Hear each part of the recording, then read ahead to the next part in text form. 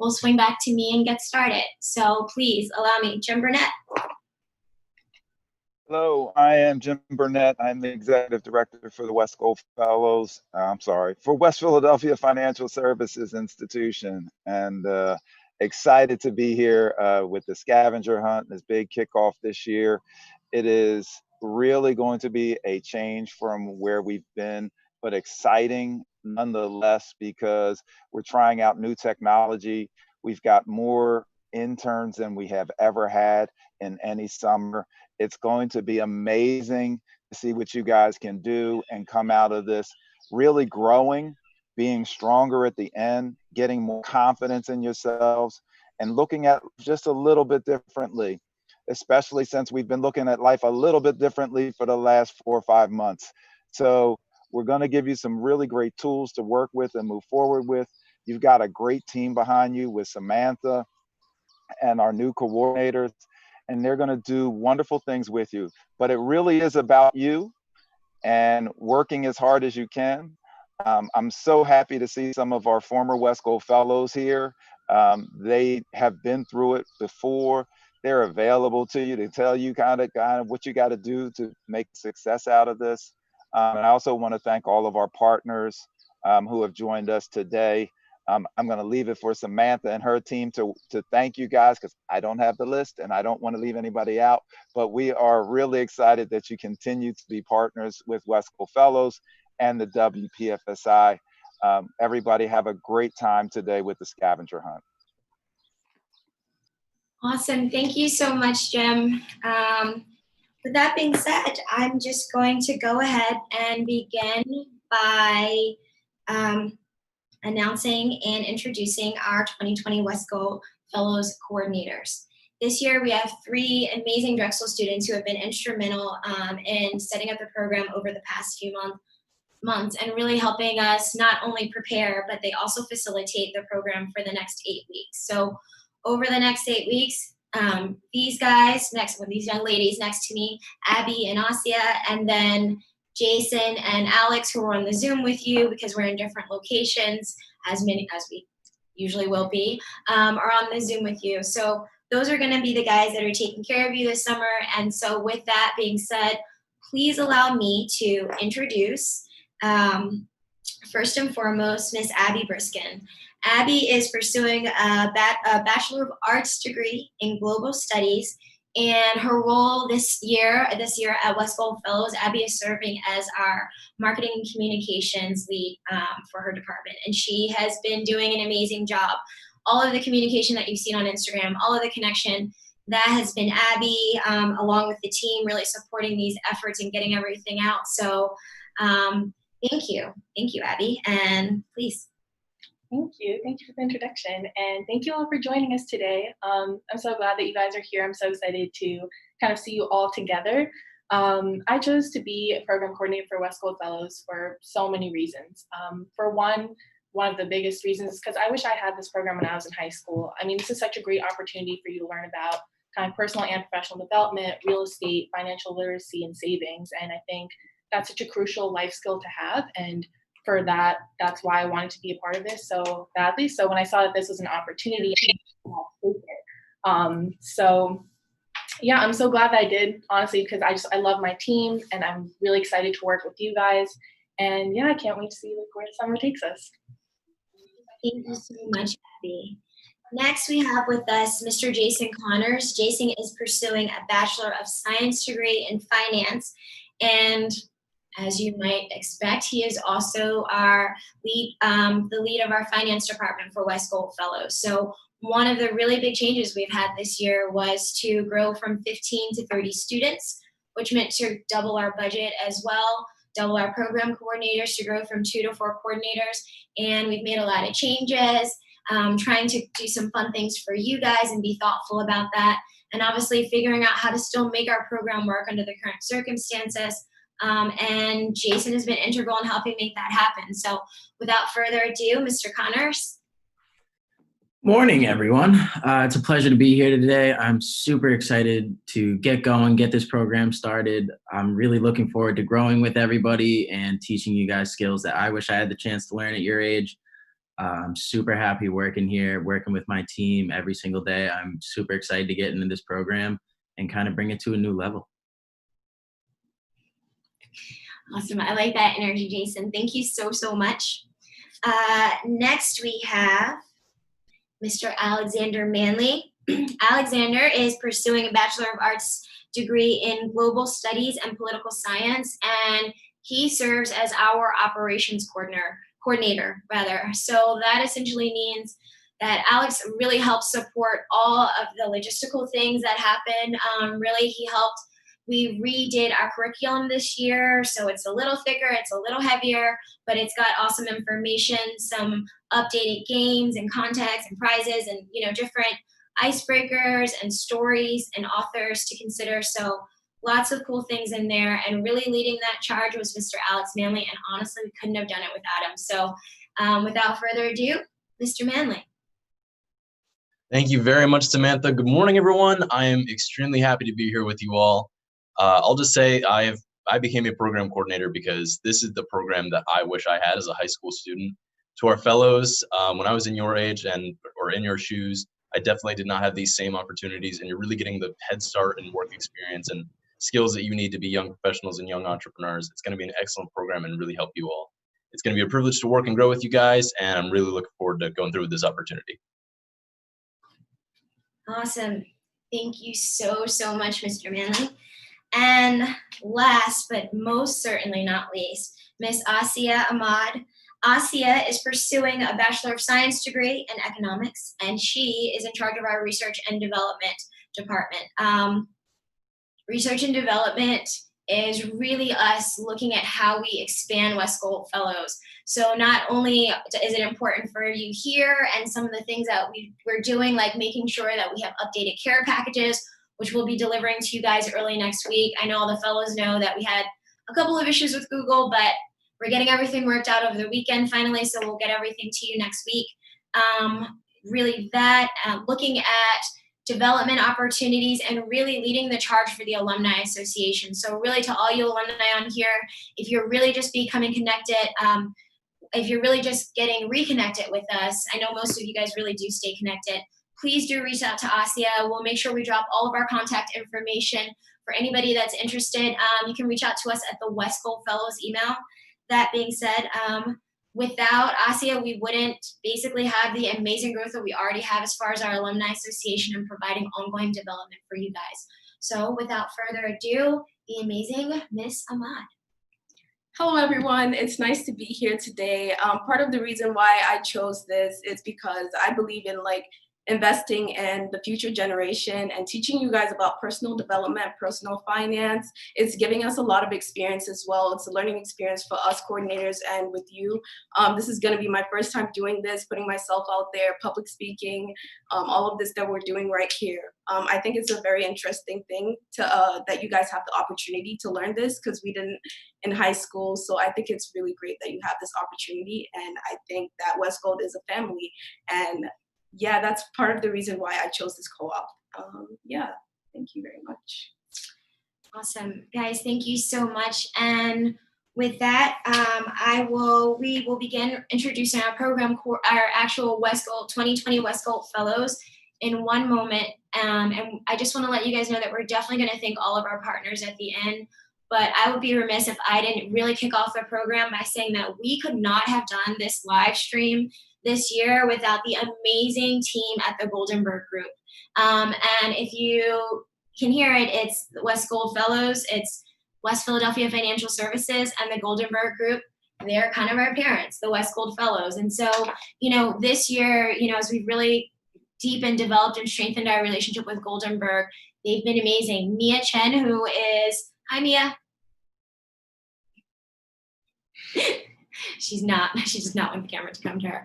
Mia Chen, who is really handling, it was her idea, could we do a live stream? And, I don't think we put this together in 40 days. I don't think which sounds like a long time, but it's really not because none of us have ever done this before. So as we go through it, we're going to figure it out and bear with us. And the same way we'll do that every summer, with the fellows while you guys figure things out, please allow us to do the same thing. So again, please allow me to say thank you to Mia Chen.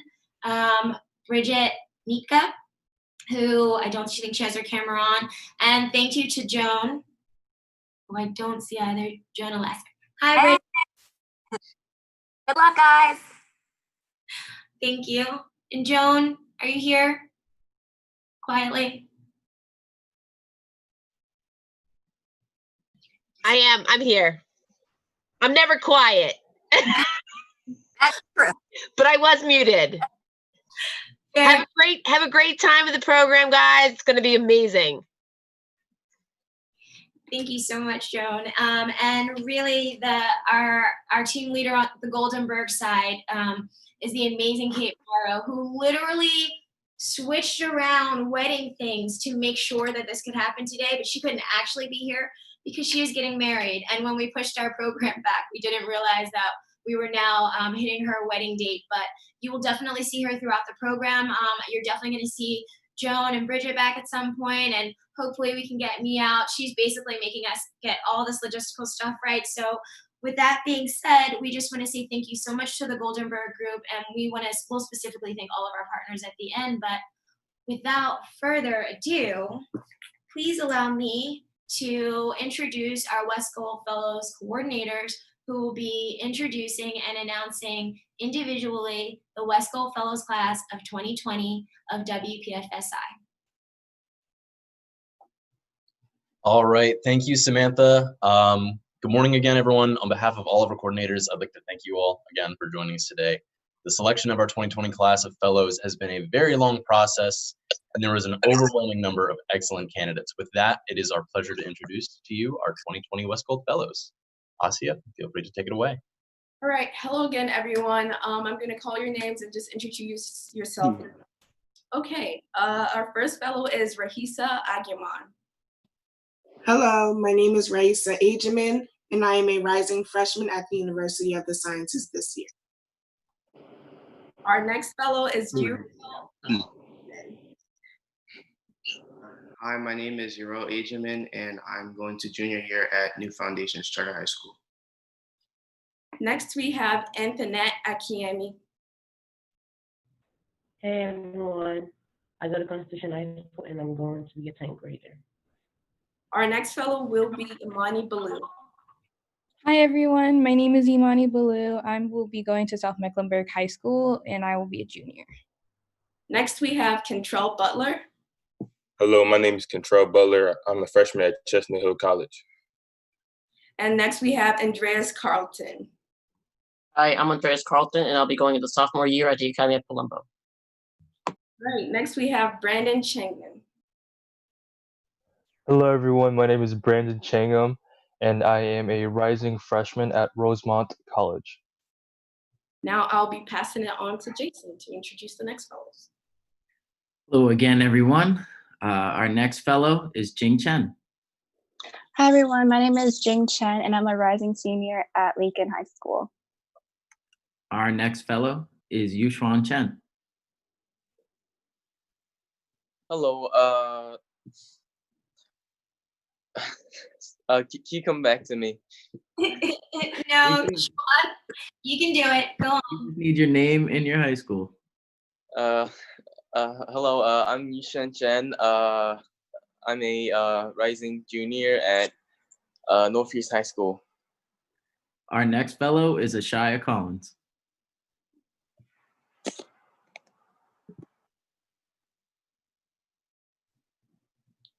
Ashaya, you might be muted. We can't hear you.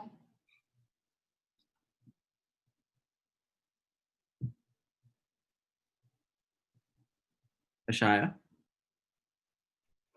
Okay, she might be having momentary technical difficulties because I think we can see her. So we'll swing back at the end of your rotation, Jason, just in case. Okie doke. Well, our next fellow is Isaiah Fletcher. Hey, my name is Isaiah Fletcher, and I'm a rising senior at Martin Luther King High School. Our next fellow is now Marcilla Coley. Hello, I'm Marcilla Coley, and I'm a rising senior at Academy at Colombo. Our next fellow is Rusafa Laskar. Hello, I'm Rusafa Laskar, and I go to Northeast High School. I'm in 11th grade. And our next fellow is Layla Lindsay. Hi, my name is Layla. I'm a 10th grader for Philadelphia. Layla, can you repeat that one more time? You were really muffled. My name is Layla Lindsay. I'm starting as a 10th grader for Philadelphia. Thank you. And we'll give Ashaya Collins one more shot.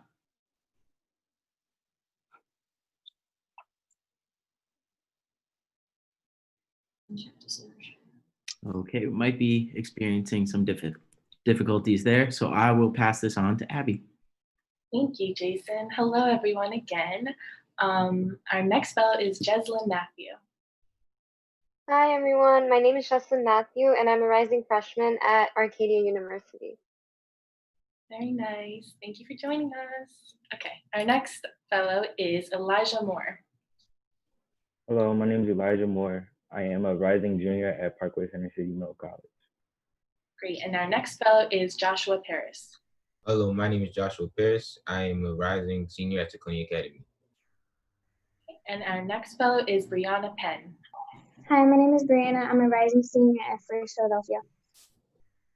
And our next fellow is Carmen Polenko. Good morning, everyone. My name is Carmen, and I go to Bodine High School, and I'm an uprising senior.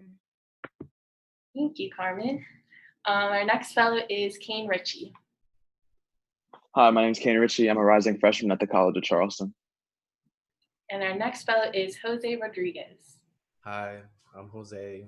I'm a rising senior at Lenfest campus. Oh, hello, Jose. Good to see you. From here, I'll be passing it on to Alex. All right, thank you, Abby. So hello again, everyone. Our next fellow is Tamir Smith-Hartzog. Hi, everyone. My name is Tamir Smith-Hartzog, and I'm a rising junior at Taconia Academy. Thank you. Our next fellow is Carlos Soriano. Hello, everybody. My name is Carlos Soriano. I am a rising senior at Northeast High School. All right, up next, we have Joey Sun. Hi, my name is Joey Sun, and I'm going to be a rising senior in Northeast High School. Awesome. Welcome, Joey. Our next fellow is Patricia Thali. Hello, everyone. I'm Patricia Thali, and I'm a rising sophomore at Constitution High School. All right, welcome, Patricia. Up next, we have Tatiana Trammell. Hi, my name is Tatiana Trammell, and I go to Taconia Academy High School, and I'm going into 11th grade. Awesome, welcome. Up next, we have Lyric Wise.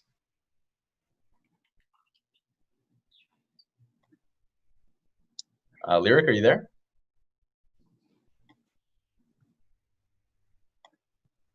All right, I think she may have disconnected. However, Lyric is a rising senior at Paul Robeson High School for Human Services. Hopefully she can join us later. And last, but most certainly not least, we have Techi Zhu. Good morning, my name is Techi Zhu. I am a rising junior at Abraham Lincoln High School. Awesome, welcome. All right, everyone, that is all from our wonderful fellows for this morning as they get to take on today's scavenger hunt, as well as the program set to start on the 29th. So at this time, it is my pleasure to bring back Samantha to acknowledge more of our scavenger hunt participants. Hi, guys. Thank you so much for coming back. I have to be honest, do not have the teams in front of me at the moment because that will require us being on one of these computers because people were still updating. So this is one of those moments where, Jason, if you have the list in front of you, I do know we have a WesGold Fellows alumni team in place. I know we have a WesGold Fellows coordinator team in place. I'm not sure if they're the same, but I know Mike Gross, who I see Mike and Tiffany. Hi, guys. Mike Gross is one of the original founders. Well, basically not one of. Him and Mike Gross founded the program here at WPFSI. He helped found the WesGold Fellows, and so he's always here, always around. Obviously, everyone who was a fellow in 2007 when this program first started knows him, but the fellows this year will get to know him as well. So we've got them on. I know we've got And with this, also a thank you, Mike, for your support. I know we have Mandy leading the Spruce Foundation group. So Mandy, you guys have just been awesome all year. Thank you again for your support. The Goldenberg group is helping us today, really. So I'm not sure if they're having a team. I know we have some folks on the live stream, but again, thank you guys. Also, Terry, we couldn't have done this without you. Thank you so much. David Mercuris, thank you. So I don't know who, we have Jennifer Perry from Wells Fargo. I believe she is also leading a team. Thank you, Jennifer, for planning to go against these guys. And then Ruby Canella Perez, I know was here. He was working on a team, and Tom Michichio, also former fellows. So we have a ton of amazing people to thank at the end, but just in case they're only on now and aren't here at the end of the scavenger hunt, I do want to take 5 seconds and just say thank you so much to Governor Wolf and his office administration, specifically to Deputy Secretary Carrie Kirkland, who participated in this event and helped us get it together, with a really specific thanks to Jalila Parker, who is helping us get this together. I obviously want to say thank you so much to Brandywine. I know you guys are on. I don't think you're doing a team today, but Brandywine, Laura, Joe, Jennifer, really everybody, so many folks from over there that have been support to us. We want to make sure that we would be remiss if we didn't thank Catherine Gilmore, who's one of our council member, Catherine Gilmore, who is one of our guests later as well. We couldn't have done that with her without their office. A great thanks to TD Bank and Coffee Lindsay, who always support us. Thank you to Brian from the Laundry Cafe, who participated. And if I am missing anyone, my sincere apologies, but we've had so many amazing volunteers. Thank you to the Majet family for all the support with the Google Chromebooks and laptops. And with that being said, we could thank a bajillion people because we couldn't do this program without us being a family, but the hunt is soon. And so I've really just always wanted to say this: may the odds be ever in your favor. And they told me I couldn't, but I'm ignoring them. So I'm saying it anyway. Good luck. Do amazingly. The mission starts exactly at 11. And I'll say this. Yeah, you've only got 8 minutes, so you better get to it. I know everyone knows their teams and their partners. The only thing we ask is that when you come back this afternoon, as we announce the winners, if you have a different team name or you have a different team name that you want us to post to the leaderboard, which will show throughout the game, let us know. I'm not going to necessarily do the instructions for everybody, but we'll say this: they're completing missions. The missions match different weeks in our WesGold Fellows curriculum. There are different levels. Really high points probably take a longer time. Smaller points take less time. You got until exactly 12:45 to get back here. Please feel free to come back early. Larry Miller, who I'd like to also thank, the chairman of the advisory board of Nike CEO brand, will be our live speaker answering questions. And to the amazing questions that our 2020 fellows have sent to me, thank you for making my job easier this week. I literally don't need to come up with any questions. So thank you so much. We look forward to having them. You can have your live stream on, and we'll make sure that we submit your questions to Mr. Miller. With that being said, we'll see you guys back on this at 11 o'clock. Bye.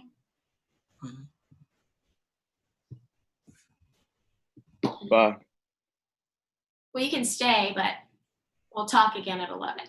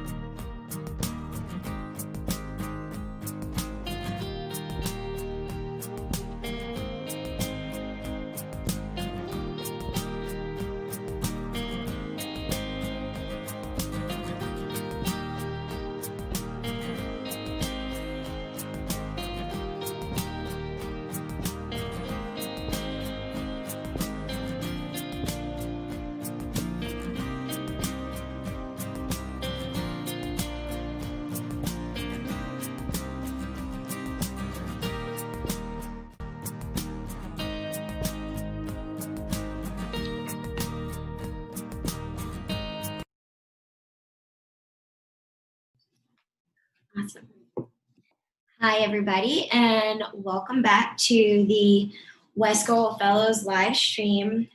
Essentially, what we're going to have today is a bunch of different guests and show hosts, short segments, small blocks that, before you know it, the time will go by, and during those times, we'll provide updates about the hunt, show you the leaderboard, let you know who's winning, and we have some amazing guests, don't we, Asya?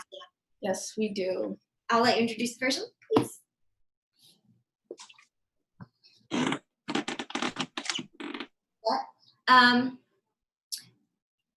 I'll essentially announce it basically, but this is a video between WesGold Fellows, organization WPFSI, and the Goldenberg Group. And what we're really discussing is the opportunity to learn more about this program, where it came from, its origins. It's kind of just a short history, and let you know about the Park West Town Center and how out of their relationship and the Park West Town Center, the WesGold Fellows program was born. So without further ado, then we were good to go. Stay tuned for the next segment, which should be popping up when I shut down.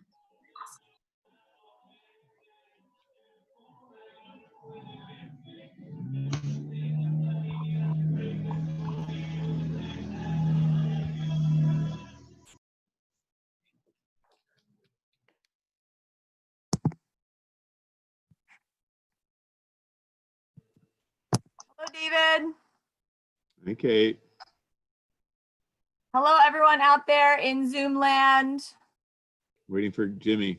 We're waiting for Jim Burnett to join us, and then we will get started with our interview of the history of Park West Town Center.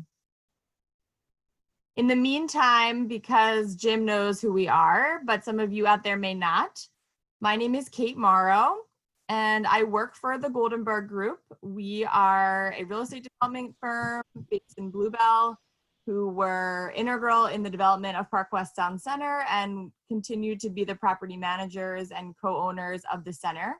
I work on behalf of the Goldenberg Group on their philanthropy and a variety of community-based projects that we initiate throughout the region. And I'll let David and Jim introduce themselves, and then we'll jump right into some of the history of the center and things we want to talk about in terms of WesGold Fellows. Hi, I'm David Mercuris. I'm a development director with the Goldenberg Group and have been working with Goldenberg for 17 years now, and working with Jim Burnett and the folks at Park West Town Center since probably 2007 when the center opened. And I am Jim Burnett. I'm the executive director for West Philadelphia Financial Services Institution. I have been with the organization for 21 years and have been a part of this partnership since after it began. Yes, so we have some serious veterans right here that are gonna dig deep to bring us back to 10, 15 years ago, when the roots of Park West Town Center were first planted. So we're gonna just start by talking about the center and the history of the development project there. Some of you listening may know the story well, others of you may not. So it's a really important connection, the origins of the center to the WesGold Fellows program. So Jim, you can probably start us off and kind of bring us back to that time and what was on site before the center took form. What was the process like of actually building the shopping center that stands today? Sure. It really was a community-based project. There were 4 neighborhoods that wanted to have a supermarket in their community.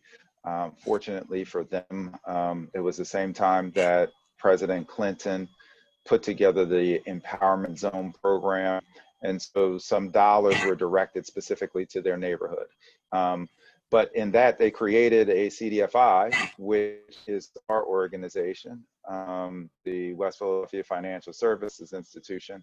And we were asked to be the lead organization in developing this project because we had no experience whatsoever in building shopping centers. We needed a partner that had some pretty good experience. And working Philadelphia Industrial Development Corporation We interviewed multiple prospective partners, and we selected the Goldenberg Group. At the time, we felt like they had the idea, they built it, they kind of agreed with the mission of creating a shopping center or an investment in a community, and something that community could really buy into.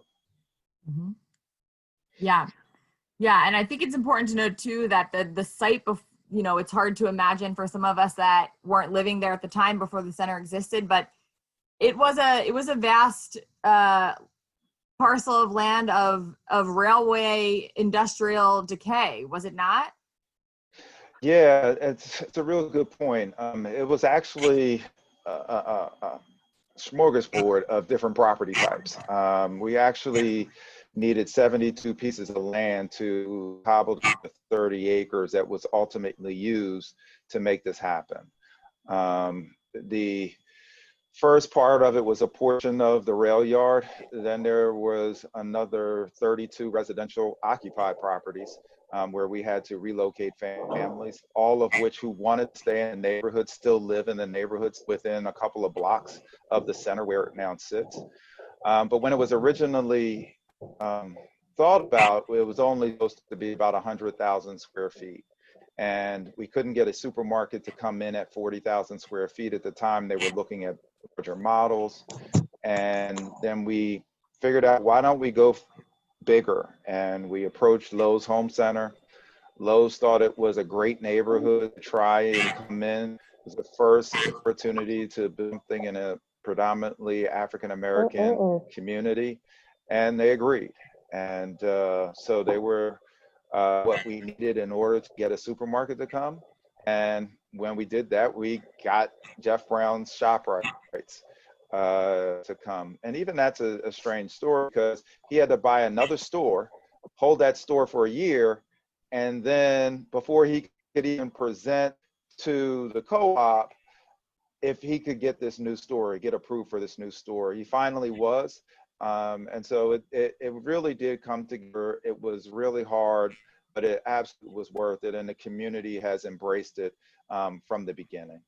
Yeah, yeah, absolutely. And I wanted to just highlight something you mentioned about some of the residents that had been living on the property that had to be relocated. Later in the live stream today, we're going to hear from actually one of those families that was relocated, and we're going to hear from that family's perspective of what that experience was like, and the daughter of the family that's now has participated in the WesGold Fellows program. So that'll be an interesting piece to hear a little bit later on today. So Jim, it really will, because she was just a little person at the time. Yeah. I mean, she might have been 4 years old, and she would come to all the meetings that we had with her parents. And to see her last year participate in the program was just amazing. Yeah, it's fantastic. So I want to hear from David a little bit from the perspective of a private company. You know, what was it like coming into this partnership? And I know that you came a little bit in the midst of the development process. It was a long process, several years in the making. But I wanted to hear from David a little bit about what the public-private partnership, the importance of that partnership for a development project like this, and some of the different parties that were involved in making the center really come to fruition.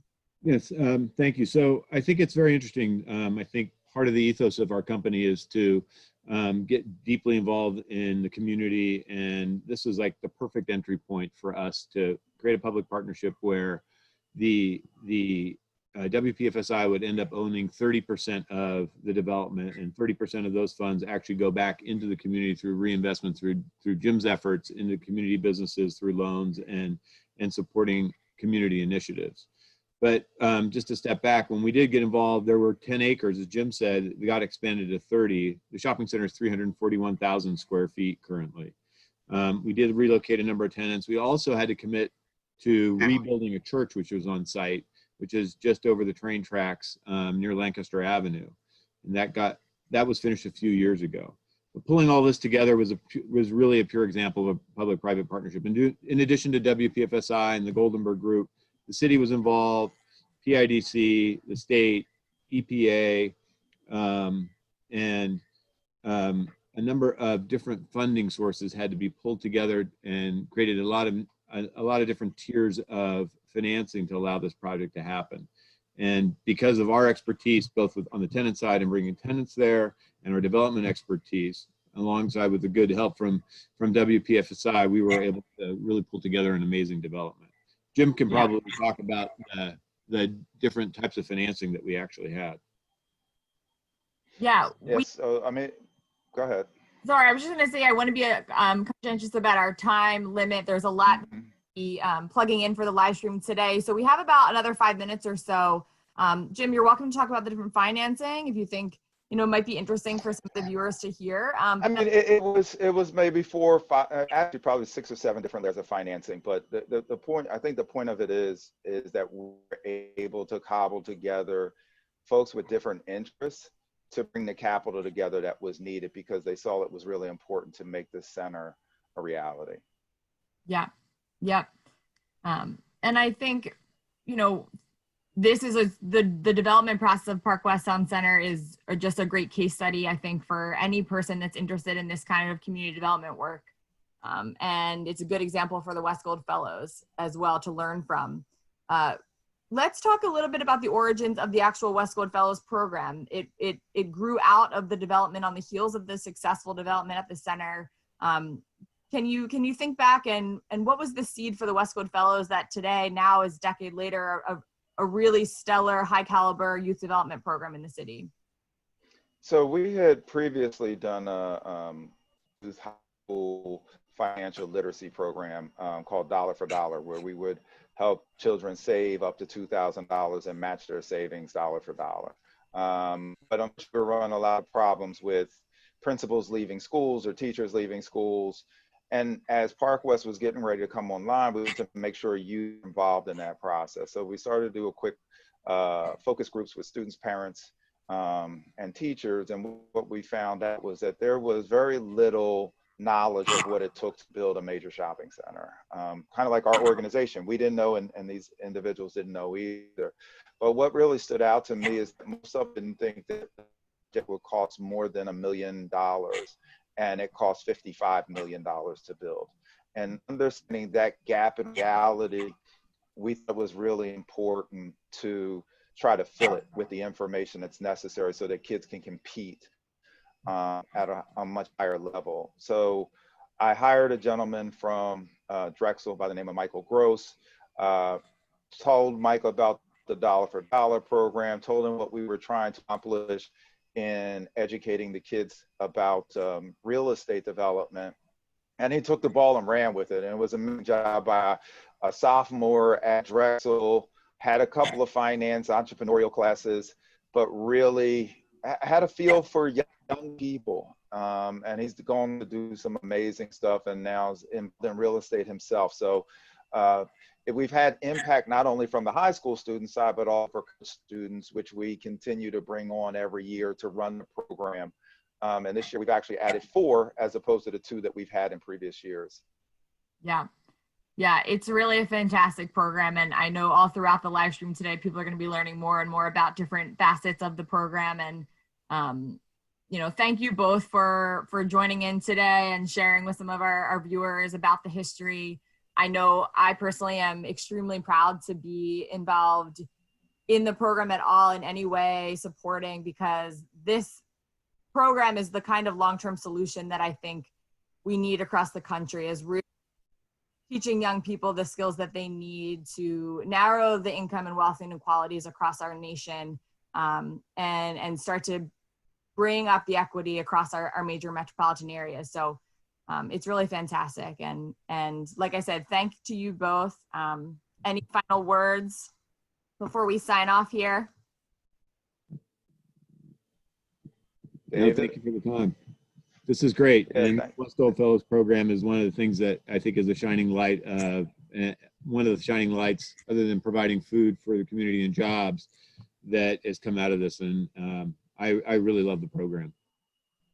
Yeah, I would agree 100%. I would say look for us to come to a college in your town. And if there's not a WesGold Fellows in your town, I would kind of talk to the local college and say, hey, maybe we want to have this program there.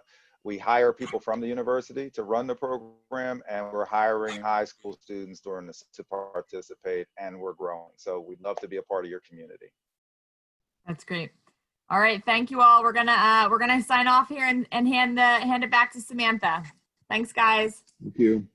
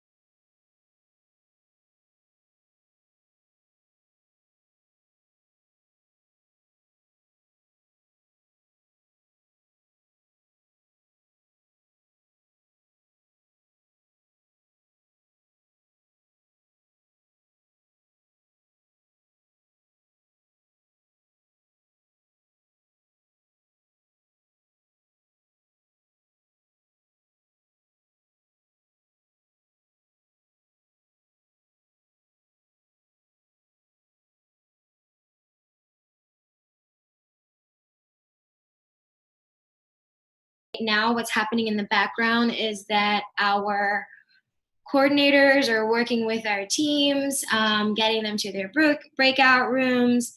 I'm hoping people are coming up with strategies and preparing for some fun missions. With that being said, we have another video that we're going to show you in a little bit. It's a young lady named Brianna Ellis. Brianna and her family, the Ellis family, were essentially members of that community and were members of the community and were a part of the redevelopment process when WPFSI was working with the Goldenberg Group to create PWTC. At that time, Brianna, I believe, was 6 years old. Really 12 years later, I believe, she participated in our program last year. That was my first year running the WesGold Fellows program. And since then, we've had some amazing opportunities to just really watch Brianna grow and develop. And this next video clip is really just an example of her sharing her development process with all of us. So if Mia is ready, then everybody please enjoy. Thank you.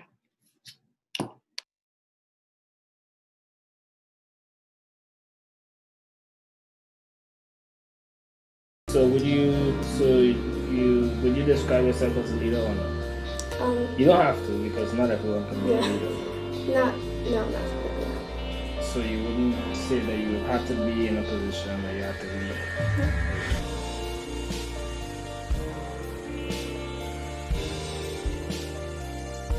We already see the leaders that they are primed to be. We're not creating anything here. We're just really helping enable our students to be the best that they can be. We're helping enable the interns, the WesGold Fellows, by providing them opportunities so they can naturally do what we know they're capable of. I think that the program, it helped me prepare for life, and I feel more focused now, and I know what I need to do to be successful. I didn't really know how important it was to be focused for college and to how important it is to invest and things like that. So those are things that I really learned, and it also brought a new side out of me because I was forced to be more outgoing and more outspoken, and it's something that I really struggle with, so it really helped me in that way. Walking into that room on the first day when the chairs were in circles, I was like, I'm going to have to engage with these people. I don't know these people. Are they going to like me? Am I going to like them? And I was really wondering if this experience would be worthwhile, and in the end it turned out. I made a new family, and I didn't necessarily think that I would. I didn't think that I would get along with these people, and I did. So I am really glad to have participated in it.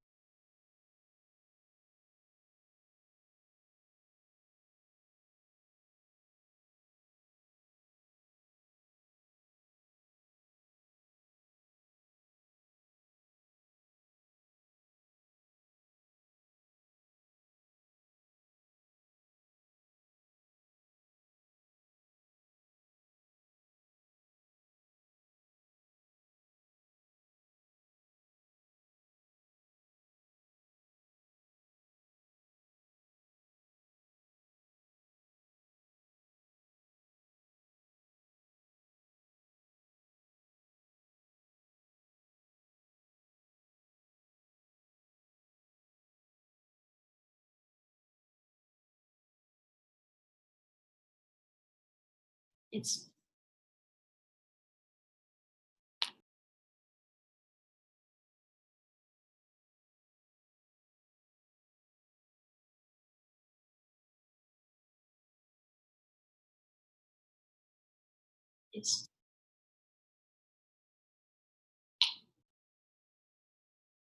I think we're back.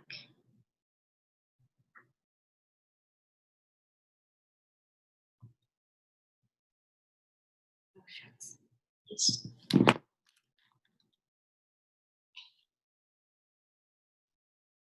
back.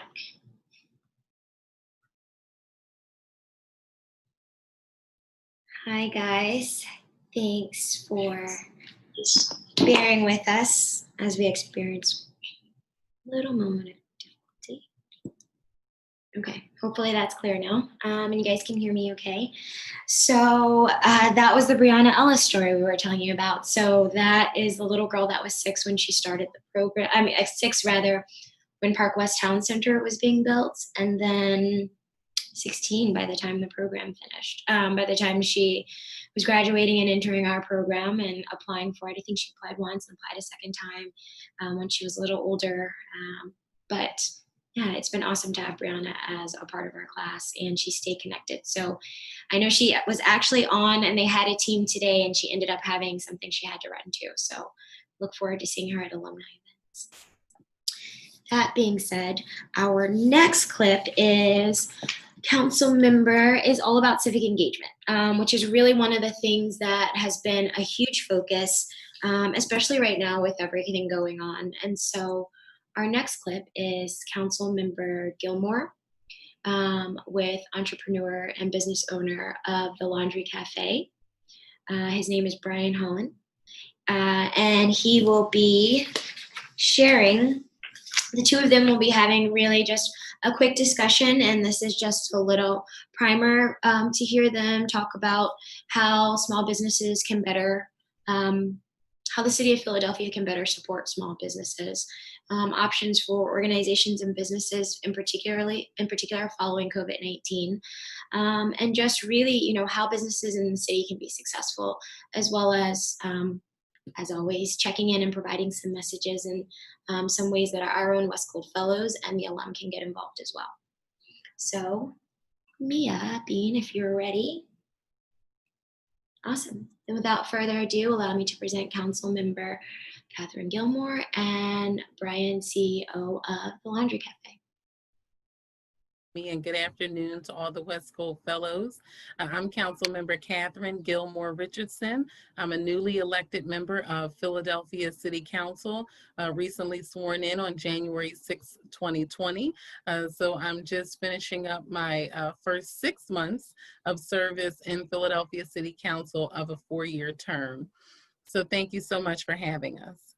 Thank you. My name is Brian Holland, and a business partner and I, also from the pharmaceutical industry, and I have the Laundry Cafes, and they are currently 5 locations, supersized laundries throughout the city.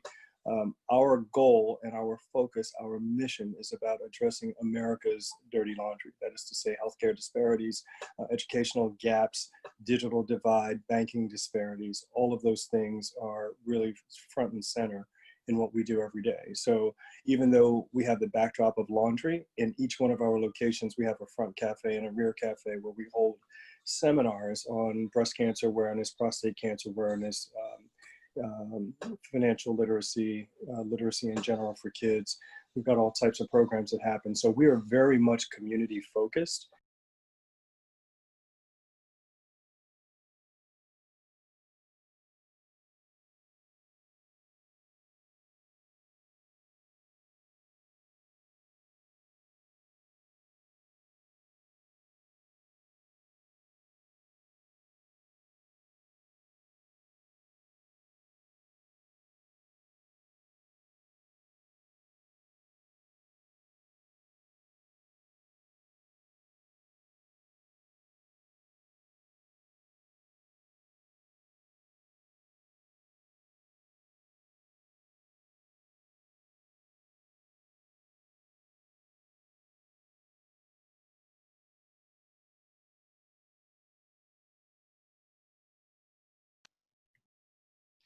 Hi, Mia.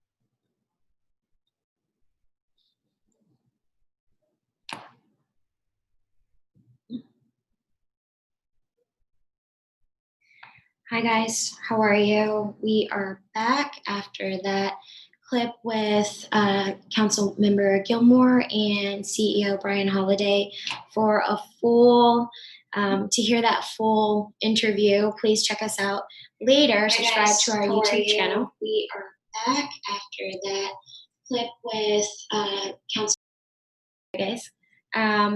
Subscribe to our YouTube channel and you'll be able to see the full versions of these longer videos. That being said, we shared some civic engagement with you because that's a really important part of our program coming up this year. Every year, our fellows go to participate in experiential learning. Essentially, that means they go on field trips to places like Washington, D.C. and visit with congressmen. They have opportunities to visit New York and spend time in the financial district. They have opportunities to sit with members of Philadelphia City Council, like Councilwoman Gilmore, who is very excited and actively engaged and wants to, really make change and do something with our youth. And, we connect them to entrepreneurs like Mr. Holiday, who have multiple locations with awesome visions like the Laundry Cafe that are hitting one of the really big points of our program, which is social impact, community impact, and social entrepreneurship, as well as civic engagement. The idea is that we want our youth to know how to basically do well while doing good. And this is an opportunity for them to do that. And Councilmember Gilmore has already let us know that she's ready to be as engaged as possible, and the same with Mr. Holiday. And so that being said, one of the things that make this program operate so wonderfully is the WesGold family and the WesGold Fellows community. And I know I mentioned that last year we only had 2 coordinators, and this year we have an opportunity for 4. And so with that being said, here's a little clip from our coordinators, and we look forward to seeing you in a little bit. Thank you.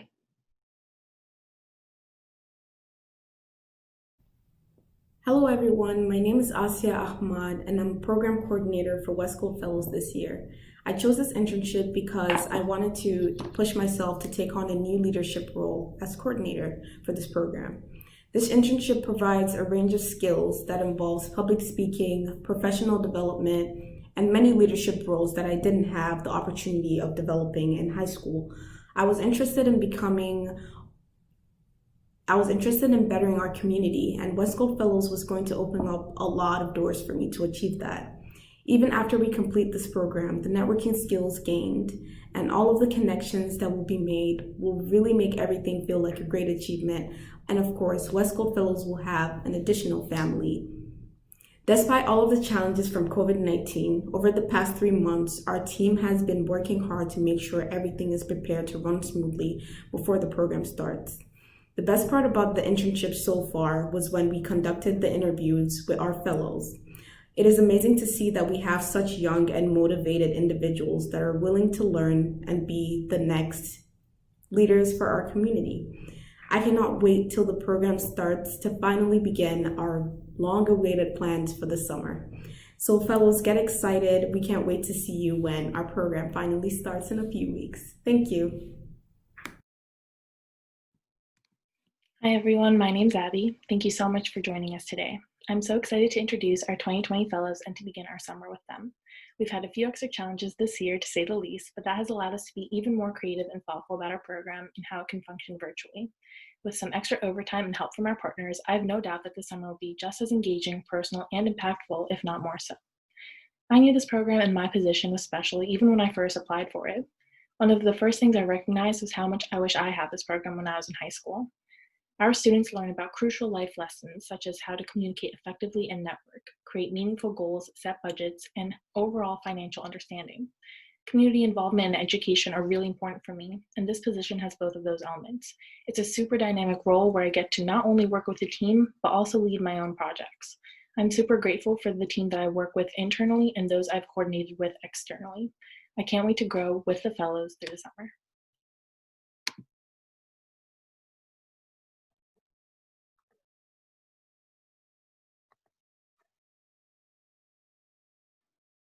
Hello, my name is Alex Manley, and I'm one of this year's program coordinators.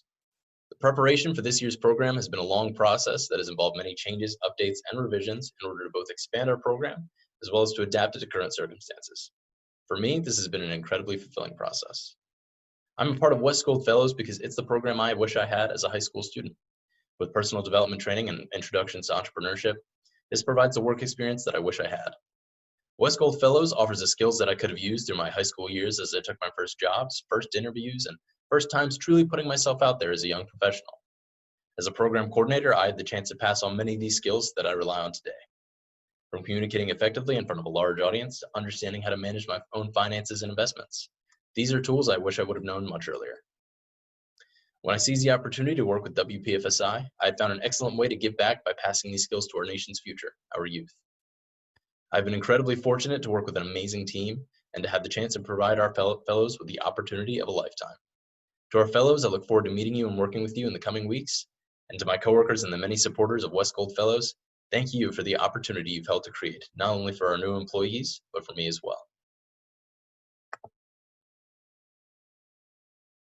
Hello, everyone. My name is Jason Connors, and the reason why I chose WesGold Fellows is because of the amazing impact it has on the youth in our community. Growing up, this is a program that I wish I had the shot to take, but sadly did not. So the opportunity to teach these kids and help them develop their professional skills as well as plan for their future got me super excited. It's something I wish I could do in the past, and now I get to help kids plan for their futures as I still plan for mine.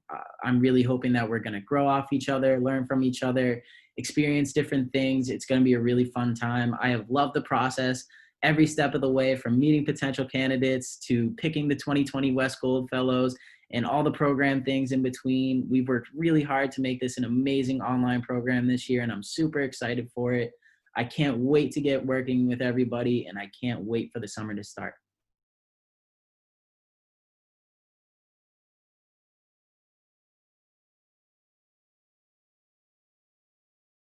Really fun time. I have loved the process.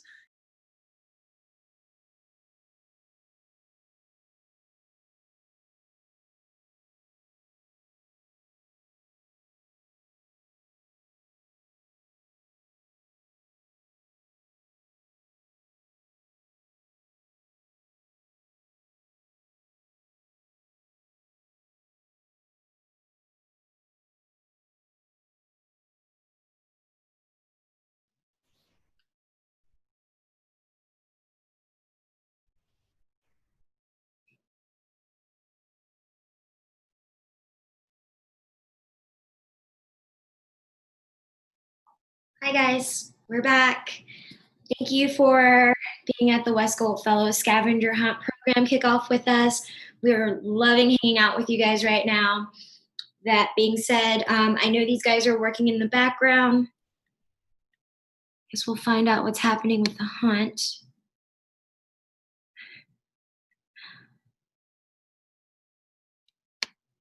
As with most hunts, it seems like our participants don't hunt a lot. So everybody is revving up, which makes sense. We really shortened our game this year since normally this is something that we do around the city of Philadelphia. And it's really, our scavenger hunt is not just about having our kids play a game. It's not, having our young interns, our employees play a game. It's really the opportunity for us to it's really an opportunity to make sure that the fellows are able to develop. And the reality is we want to get them uncomfortable, right? So the WesGold Fellows Scavenger Hunt is about forcing them to, one, get together. It's an opportunity to meet each other and have a good time, but it's also really awesome for them to break out of their shells. Usually this goes around the city of Philadelphia. And as our fellows go throughout the city of Philadelphia, they look for historical and financial landmarks, cultural landmarks, things that are significant to WPFSI, things that might be significant to the class. This year, we did something a little different, which was plan to have a full hunt that's still online, but we really wanted to allow you guys the opportunity to participate. We figured, one, we were quarantining at the time, and I think some of us still are, and we're still trying to be safe on this side, which is technically why we were supposed to be catty cornered. But during the quarantine, it was just easier for us to provide an opportunity for us all to hang out and work together as a family. So I know that our fellows are still working on their hunt. I see our coordinators answering questions and working actively. So hopefully you guys are able to complete missions. With that being said, this program has grown in different ways this past year than it was growing in the past, just because we had, kind of the passing of the torch from Mike to me. And, one of the things I always tell Mike is that this was such a great opportunity because all I really get to do is just get excited and tell people about this program that was already amazing, that has an entire amazing history of alumni. And those alumni include everyone from students, the fellows themselves, the high school students, to our college age coordinators. And the coordinator videos that you just saw, we could not have grown this year from 15 to 30 students. We could not have, planned to expand our opportunities in our budget and then have all of that craziness happen and then still try to make this event happen, still try to make our WesGold Fellows program happen. And we couldn't have done it without the coordinator. So a huge thanks to them. And really what makes this program are the people in it and, the WesGold Fellows family. So congratulations to all of you fellows who are now a part of this very cool and elite club, says me. Although I did tell you when you started, I did wish that the odds be in your favor. So I'm not sure how cool that is, but still congratulations on joining. We are so happy to have you as part of our group and part of our club and part of our family. And with that being said, who better to tell the story of being a WesGold Fellows alum than a couple of our WesGold Fellows alum. So with that, here is a little bit of information and some awesome words of wisdom from our founder, Mike Gross, who, like we said, left us last year, but he didn't really. Mike can't leave us. He only left us as far as we're not expecting to see him all the time, but he's still here, which we love. And this also includes two amazing alumni. One is Ruby Canella, who was a 2007 WesGold Fellows graduate, which was actually our very first class. And the other graduate is Tom Machiccio. He is both guys are just awesome. Tom is a Temple graduate. So with that being said, I will let them start the conversation. And after this, we go live with Larry. stay with us, get excited. If you haven't already, please submit your questions. I think some of you see how to use the YouTube live chat. But we'll be going live with Larry shortly after 12 o'clock, pretty much as this ends. And then we'll stay with him until it's time for the coordinators and the teams to come back and announce who the winners are. So with that being said, without further ado, please allow me to introduce our Fellows alumni.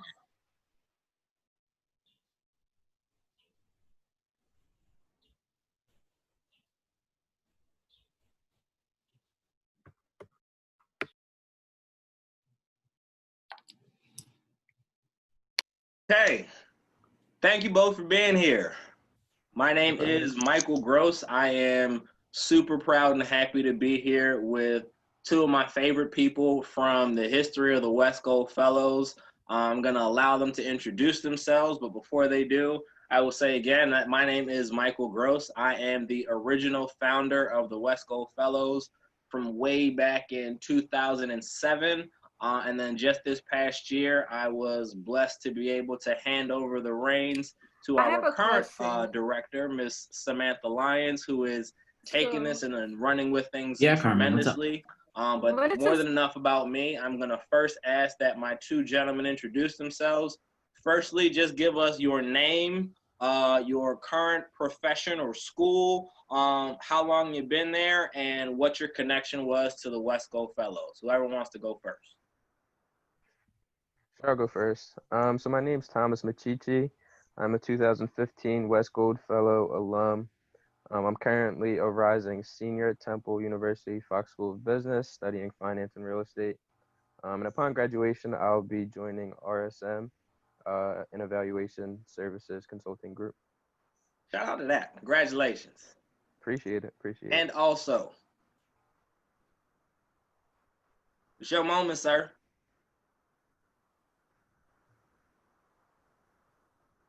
Ruby, you lost. It's your time. Sorry, dude. Connection. My bad, dude. Hello, all. My name is Ruby. So currently, I work as a supervisor at SCI Investments. I've been there for about 3 years now. I am a WesGold Fellows alum from 2007, so I am one of the original alums, one of the first. Yeah, I mean, I'm super excited to be here and talk more about WesGold Fellows. Word. Ruby was actually the first person that won our standout student of the year award way back 13-ish years ago, and we are super proud that he is still with us 13-ish years later, which is absolutely incredible. Yeah. We really just want to instill the fact that this is a family, and y'all are proof positive that that's what this is. I really appreciate y'all for staying around. I love y'all dearly. So, couple of things that we want to get through today. First question, whoever wants to jump in, please feel free. Why did you choose the WesGold Fellows? Why did you say yes to us? We know why we said yes to you, because you was awesome. But why did you say yes to us? Why did you choose the WesGold Fellows? Sure. I'll tackle this one first. So it goes back to junior year of high school, I want to say. Maybe even, yeah, junior. So I met an individual by the name of Michael Brooks. He worked for the Philadelphia Academies. So essentially I was looking for, summer opportunity during that time. And I literally followed up with this man every day about this internship that I randomly heard of called WesGold Fellows. And when I say every day, I think the man got tired of me following up with him so much. And I told him that I just need, a shot. Like, I just need an interview, and that's all I need. And I'll take it from there. I'm not asking for anything else. Long story short, he came through. I got the interview, and it turned out to be one of the best decisions of my life. My parents are entrepreneurs, so business has always been, a thing for me. And I knew at that time WesGold Fellows, they were their curriculum was really focused on financial literacy. So that's kind of what drew me to WesGold Fellows at that time. Word. Certainly. And Ruby, my experience was a lot different with WesGold Fellows for me. When I was a sophomore in high school, I received an email from my advisor in school, and it was speaking about a summer job. And for me, I was somebody who was always looking for something to do in the summer, and an opportunity that paid me was something that I wasn't used to. So for me, WesGold Fellows was just something to put some money in my pocket. So I guess for me, my story lies more in the outcome of the WesGold Fellows and what I wasn't ready to learn going in, and what I can speak about now on the opposite end of it. So let's add to that. What would you say, both of y'all, what would you say your experience was like over the course of your time in the summer program? Yeah, sure. So for me, I mean, you kind of hit the nail on the head earlier. Where I mean, first and foremost, I mean, this is truly like a family. I mean, going into it, of course, I had no expectations of that would be the outcome. But not just through the summer, but literally through the years, I've kept in touch with some of the other alums. We've helped each other out throughout the years. I mean, it's been one of the best things that I could have done. I mean, also from a professional standpoint, I mean, it's also allowed me to pay it forward. I worked in a school district, specifically in Alderneys High School in South Philly, and I was able to just create an after-school program using cash flow board game that I'll probably touch on a little bit later on. But I mean, it was a huge impact that I was exposed to from WesGold Fellows, and a lot of my students, saw the importance of financial literacy through that program. So I mean, I got it all. I got the family, I got the professional experience. It's been amazing. Exactly. And Mike, I think you established the 5 pillars, and those 5 pillars really are something that every student going into the program can expect to really get a really good exposure to. Not only the financial literacy that Ruby was talking about, but just that professional development, learning how to dress in a professional setting, learning how to present yourself through an elevator speech, through resumes, and then also career development and learning about which school you want to head to post high school, what you want to learn more about in college. Perhaps if you didn't want to go to college, that may be something you learn about yourself in the WesGold Fellows program. And I think the experience is different for everybody, but the 5 pillars really are so profound that they can be expecting to learn more about those. Word.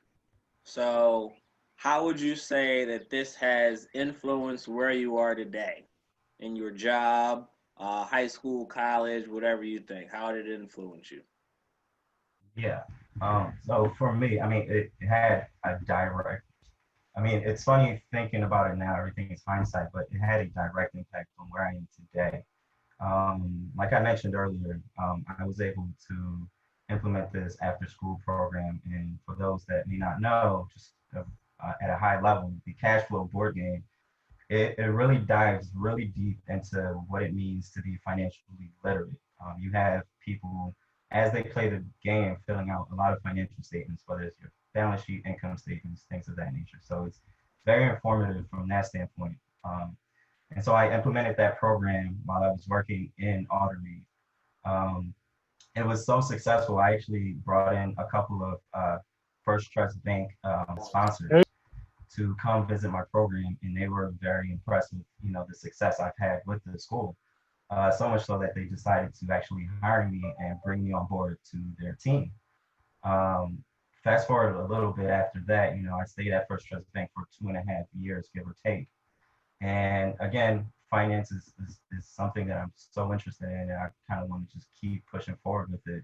And through my relationship with First Trust Bank and some individuals at WesGold Fellows as well, it led me to SCI Investments, where I am now, working as a supervisor, just really working with a lot of the private equity and hedge funds. Exactly, and I could touch a bit on how WesGold Fellows kind of laid the groundwork for my passion for finance. I knew going to WesGold Fellows, I had a passion for finance, but again, through all the connections that I received through the program and through my experience with some of the most profound business schools in the world, I knew that that's where I wanted to take my career.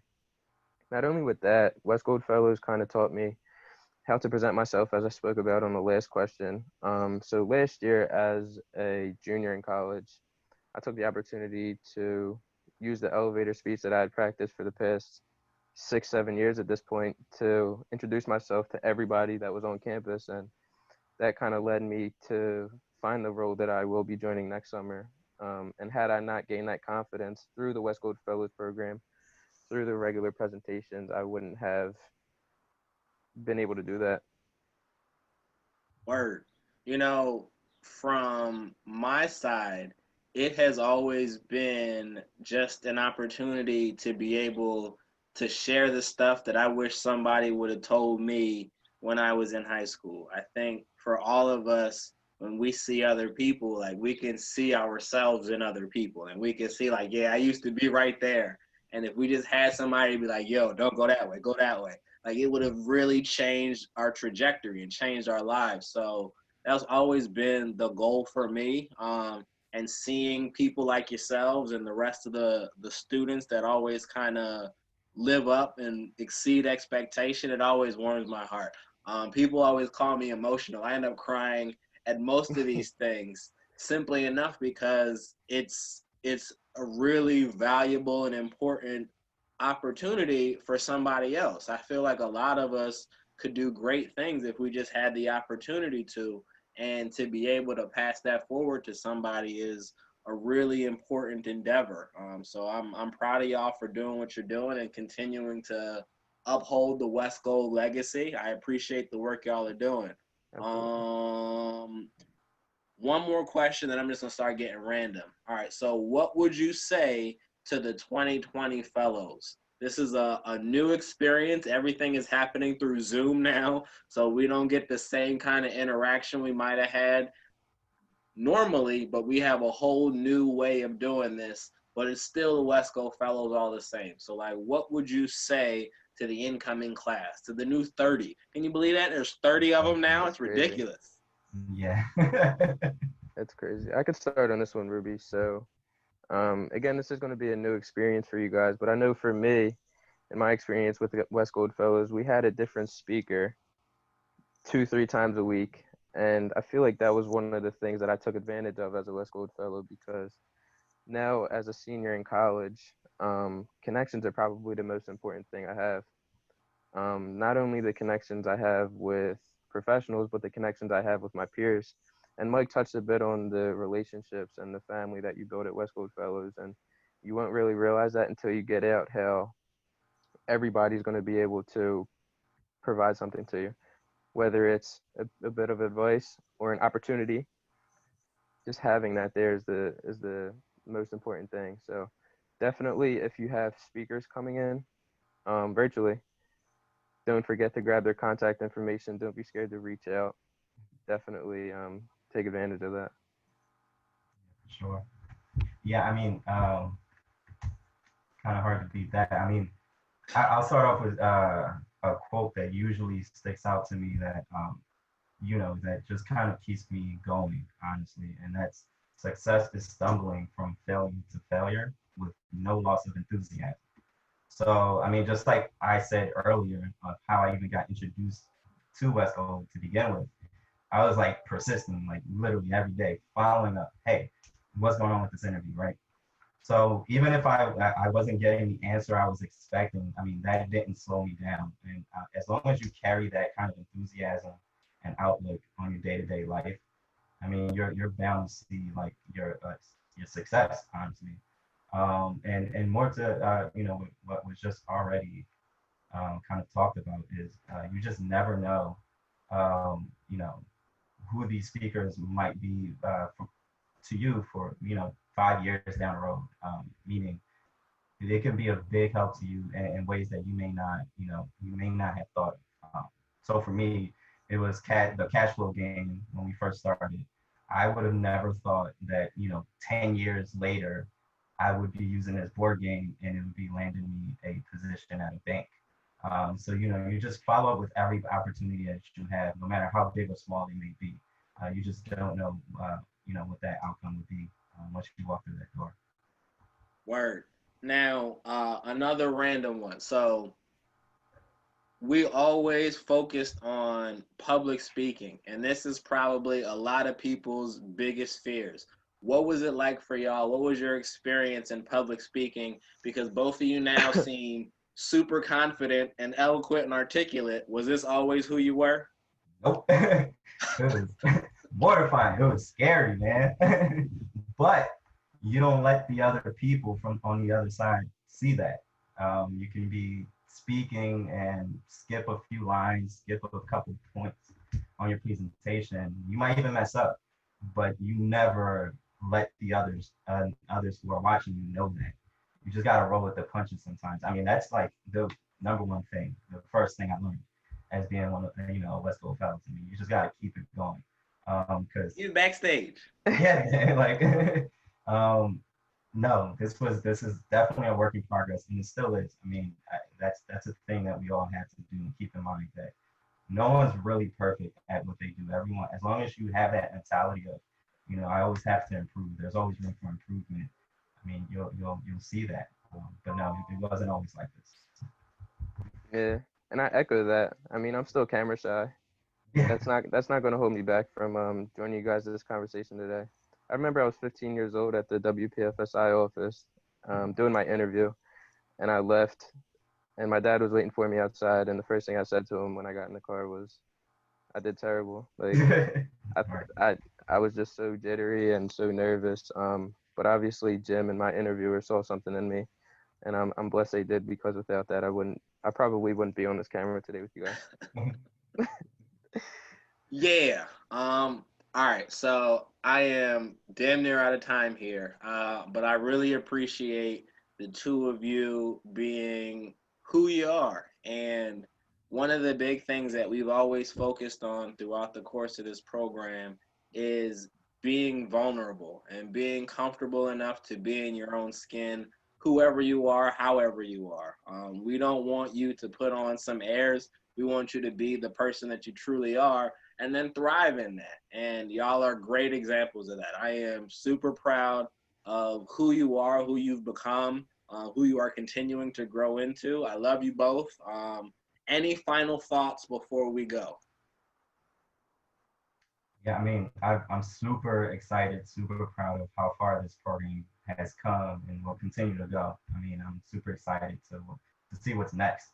I mean, the class of 28 to 30 is like, it's amazing, given that I'm like the first class and I know exactly what that original size was and how it looked. I mean, it's amazing. We're going to continue to do amazing things. So it's I'm super excited. We was janking in the beginning. Like, don't nobody know that. Yeah, man.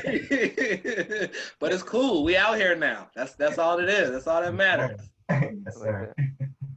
I second that again, and my assumption is this going to be live streamed to 30 of you guys, and I hope you could take a bit of my advice and reach out, remain in contact with myself, Ruby, and Mike, and that'll be a good start for you guys. Hopefully we see more of you guys throughout the summer.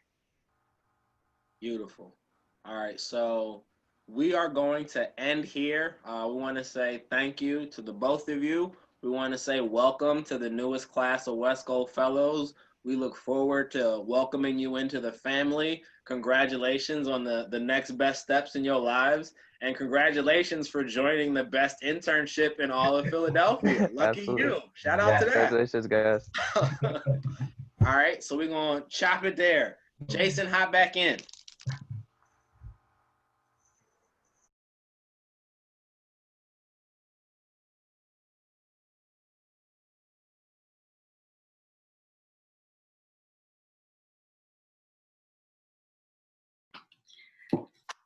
Hi guys, thank you for coming back and joining us at the live.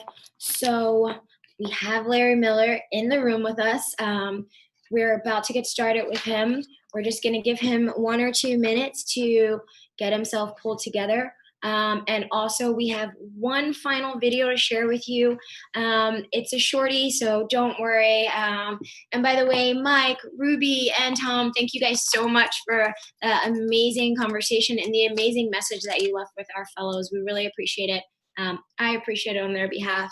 And That being said, we are going to show you one final video. The next clip is very short. It's a 2-minute clip with Deputy Secretary Carrie Kirkland from Governor Wolf's administration, who had some awesome words for the WesGold Fellows.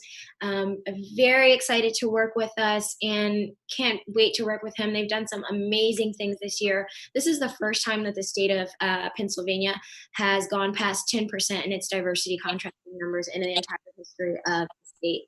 And these are some of the things that the Wolf administration and Secretary Kirkland have done together. And on top of that, he's just a really nice guy and really fun. I think Jim and I had a great conversation with him. So without further ado, allow that last piece. And the next voices you'll hear will be the coordinators back with me, my Zoom team on this side, Abby and Asia, and with us, the amazing Larry Miller. So thank you guys for joining us. 2 more minutes and we'll be wrapping up soon. Getting excited. Oh, before I go, can I see the leaderboard, Mia? Because while some of our fellows have come back, we've got some people that are out here kicking butt on the leaderboard for Goose Chase. I'm not sure I can see them at the moment. Oh, wrong, 1 second. So who is at the top of the board? Okay, first of all, WesGold Fellow Team 6. Awesome.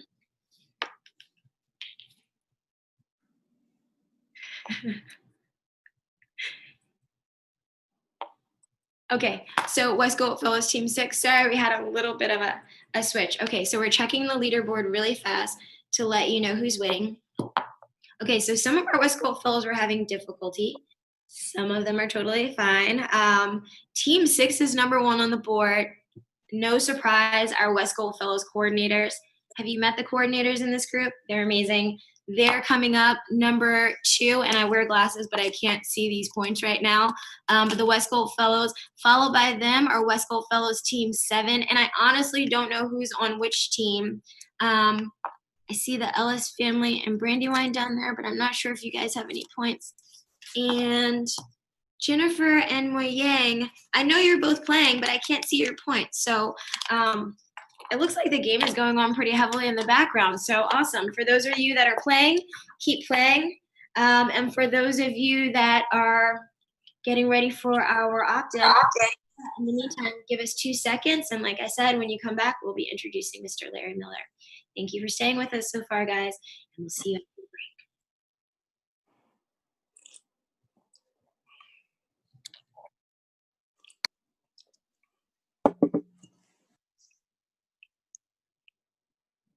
If you could just share with everybody, what is your overall role in the Commonwealth of PA, and what have you been doing, and how long have you been in your position?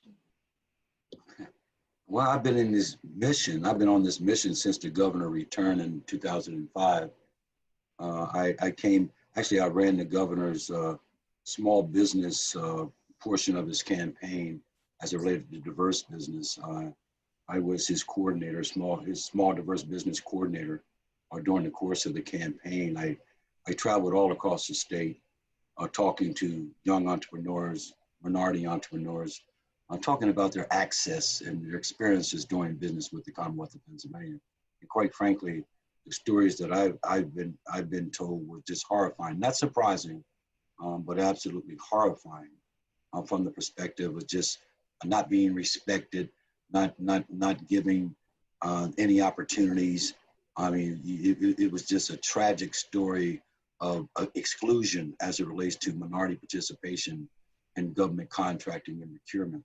You know, when this administration came in 2005, we did an empirical analysis. We were told that minorities were participating at a rate of about 27% by the previous administration.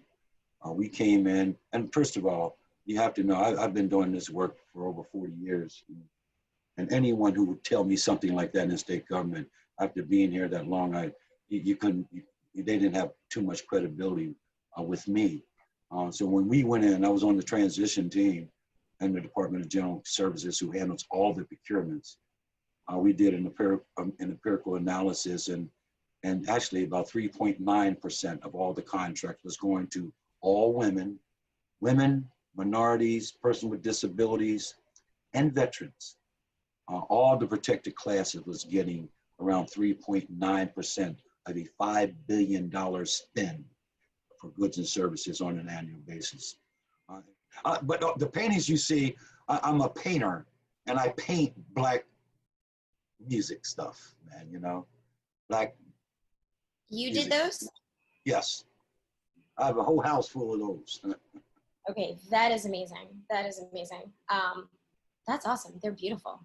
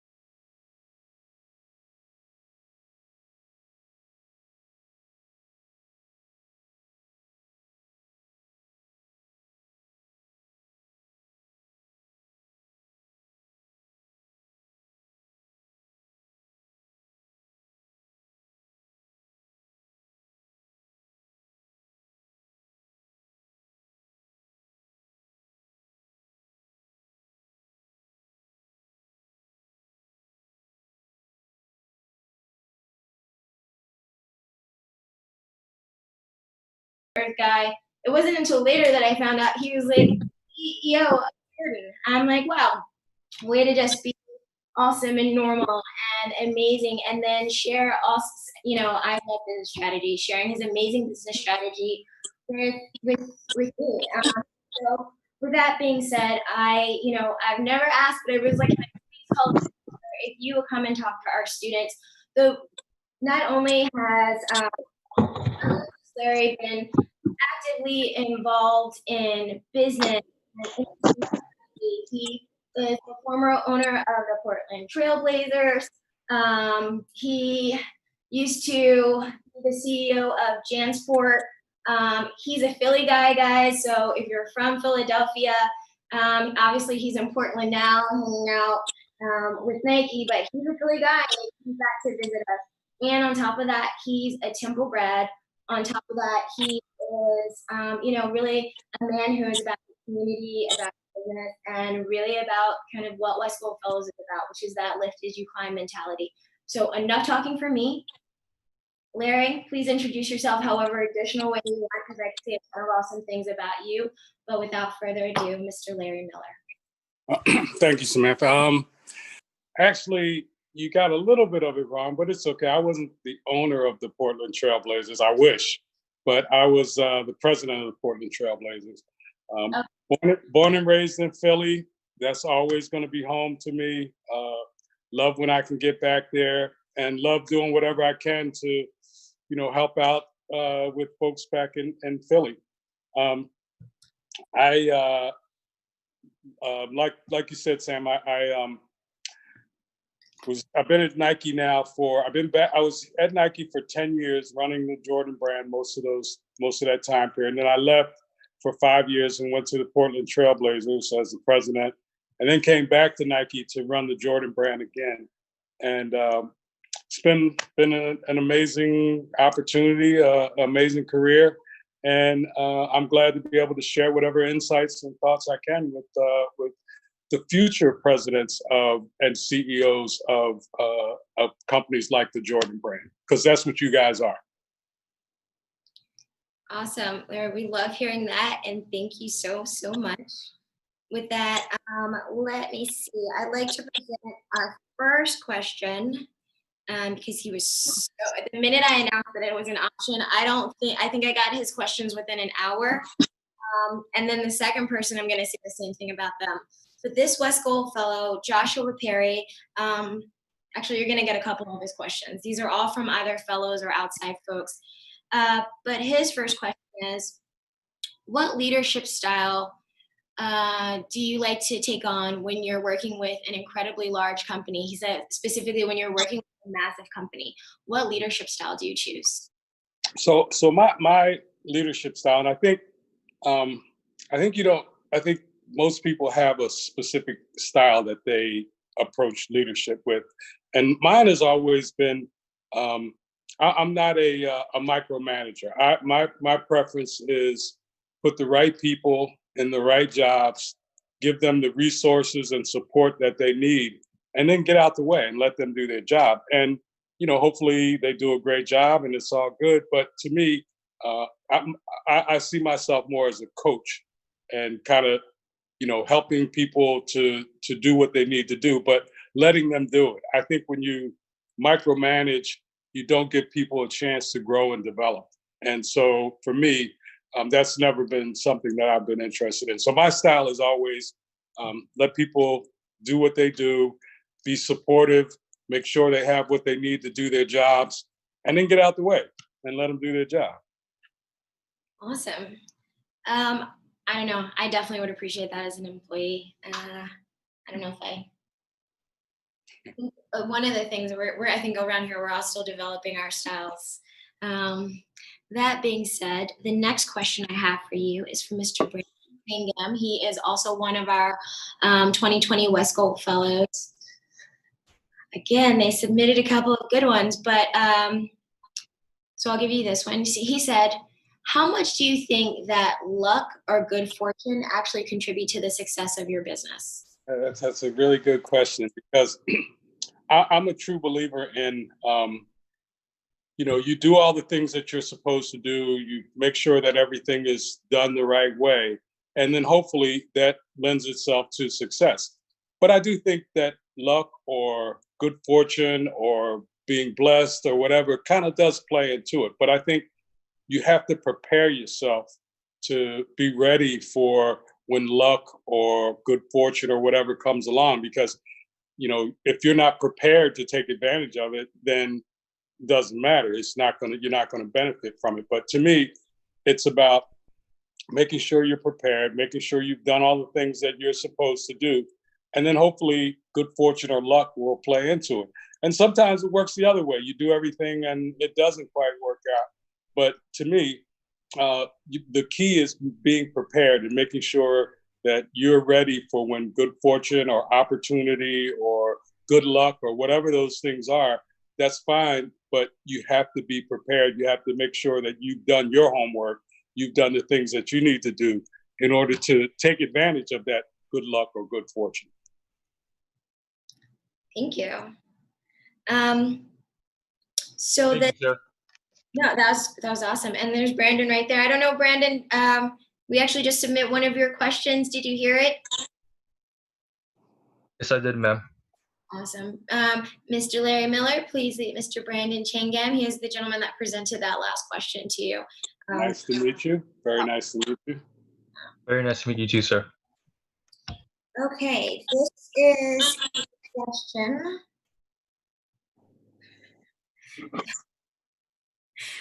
I'm screening questions here in real time. If I'm laughing, it's because I'm not asking that. That being said, oh, this is a really good one. Okay. So this actual question was submitted by Box One, our Monster Inc. guy over here, who wanted to know, especially this is such a great question considering everything that's going on.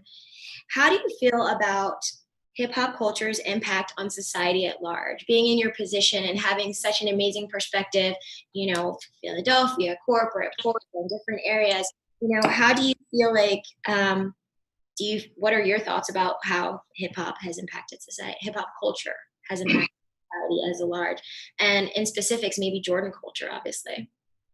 So, well, definitely, to me, hip hop culture has affected not only the culture in this company, but globally. I think, I've been a lot of places around the world, and I see the influences of hip hop culture everywhere. I mean, I remember being in Paris, in an area in Paris, and it felt like I was in Harlem. I mean, it felt the same. The only difference was they were speaking French instead of English. But to me, hip hop culture has influenced, like I said, not only this country, but the entire world. And from a Jordan perspective, from a Jordan brand perspective, it's definitely been at the core of what we do. When we first started the Jordan brand as a separate entity, as a separate brand within Nike, one of the first things we did was identify who our core consumer, was and who we were focused on. And it was definitely, inner city kid who was into hip hop, who was into sports, mainly basketball, but sports in general. And then, the thing that I've seen and noticed over the years is that there's been this convergence of sports, fashion, music, all kind of coming together. I used to say this all the time, but every rapper wanted to be a ball player and every ball player wanted to be a rapper. So the influence was definitely there on our business, and I think, and on culture around the world, and that emanated from hip hop culture. The other thing that I've always been impressed about with how the hip hop culture has kind of influenced Black culture, basically. But to me, seeing how many artists coming out of the hip hop world were willing to do their own thing, and they saw that they couldn't get what they wanted from the traditional record companies, and so they started their own deals. And to me, that's a major influence, that whole idea of, hey, if somebody's not going to do it, we're going to do it for ourselves. And I think that was one of the key things that I appreciated about hip hop culture, the fact that, these artists were willing and wanted to say, you know what, I want to put my music out there. I want to do what I do. And if somebody's not willing to, a record company is not willing to do that, I'll create my own. And to me, that's one of the big benefits of hip hop culture. But it's definitely influenced culture in this country as well as around the world. Awesome, thank you. I apologize because Abby has a question, but I don't actually know who this is from. So give me a heads up when we read it. For some reason, it didn't come through with your name, but go ahead, Abby. This one's interesting. Hi, Mr. Miller. Thank you for joining Hi, us. So nice to meet you. My name's Abby, and I'll take the next question. Again, like Samantha said, not sure who sent it, but I'll read that for them. So how involved were you in the collaboration of Jordan and the French football club, Paris Saint-Germain, and did you get to meet any of the players? That's a very good question, and I was very involved in it. As a matter of fact, I was in Paris. We opened a store in Paris, a Jordan store in Paris. And after the opening event, we went out to dinner, and it was a bunch of people from Europe, from Nike's Europe team, the team that runs the business in Europe. And during the course of the dinner, one of the guys said, the guy who actually runs Europe for Nike, said, you know, we should think about getting the Jordan brand on the soccer pitch. I was like, hey, that's a great idea. Let's figure out how to do it. So he called me about 2 weeks later and said, well, what about PSG? And I was like, yeah, for sure. And so that we kind of worked that deal out. The interesting thing is the PSG folks were a little bit nervous. They were a little bit leery because they had been a Nike team for years, but they were a little nervous about switching over to Jordan. And we talked it through with them, and they signed off on it. And it was an incredibly successful event for us. I was in Paris the weekend that we actually launched PSG product, and the whole city was buzzing about the collaboration between Jordan and PSG. They, in their store, their team store, they sold out in a matter of hours of all the Jordan product. It was amazing. And it was great for the brand because it now extended us to a place we hadn't been, which is on the soccer field. And it's been an extremely successful deal for us. But I was involved in it, got to work with the folks there at PSG, met all of the players pretty much, went to a couple games while I was there. It's been great for our brand too. And we've got now a number of other soccer teams who are like, hey, we'd like to do that. So we'll see where it goes. But PSG has been great for us. So you're basically saying Jordans used to be basketball only, but now Jordans are basically basketball and soccer. Well, we're in a number of sports now. Jordan brand is in. We've always, from the time we started the brand, one of the goals was to extend beyond basketball. So when we first started the brand, we had some basketball players that were wearing the brand. Ray Allen, a bunch of players that were wearing the Jordan brand. But then we also added some non-basketball players early on. We had Derek Jeter, who was pretty much one of the best baseball players around at the time. We had Randy Moss, who was one of the best football players ever, and he was a great wide receiver. And then we had Roy Jones Jr., who was at the time the best pound-for-pound boxer in the world. So that was, when we started the brand, that was the idea. And we've expanded well beyond basketball now. We have college football teams. Michigan was a big deal for us, signing Michigan as a football team, and having the Jordan brand on Michigan was big. Now we've got Oklahoma, Florida, North Carolina. So we've got 4 college football teams that wear the Jordan brand. On the NFL field now, we are, for years, the NFL wouldn't allow the Jordan brand on the field. So we would make shoes for our players. We had football players who were part of the brand, but we'd have to cover up the logo, or we'd make the shoe without the logo on it, but everybody knew it was a Jordan because of the look of the shoe.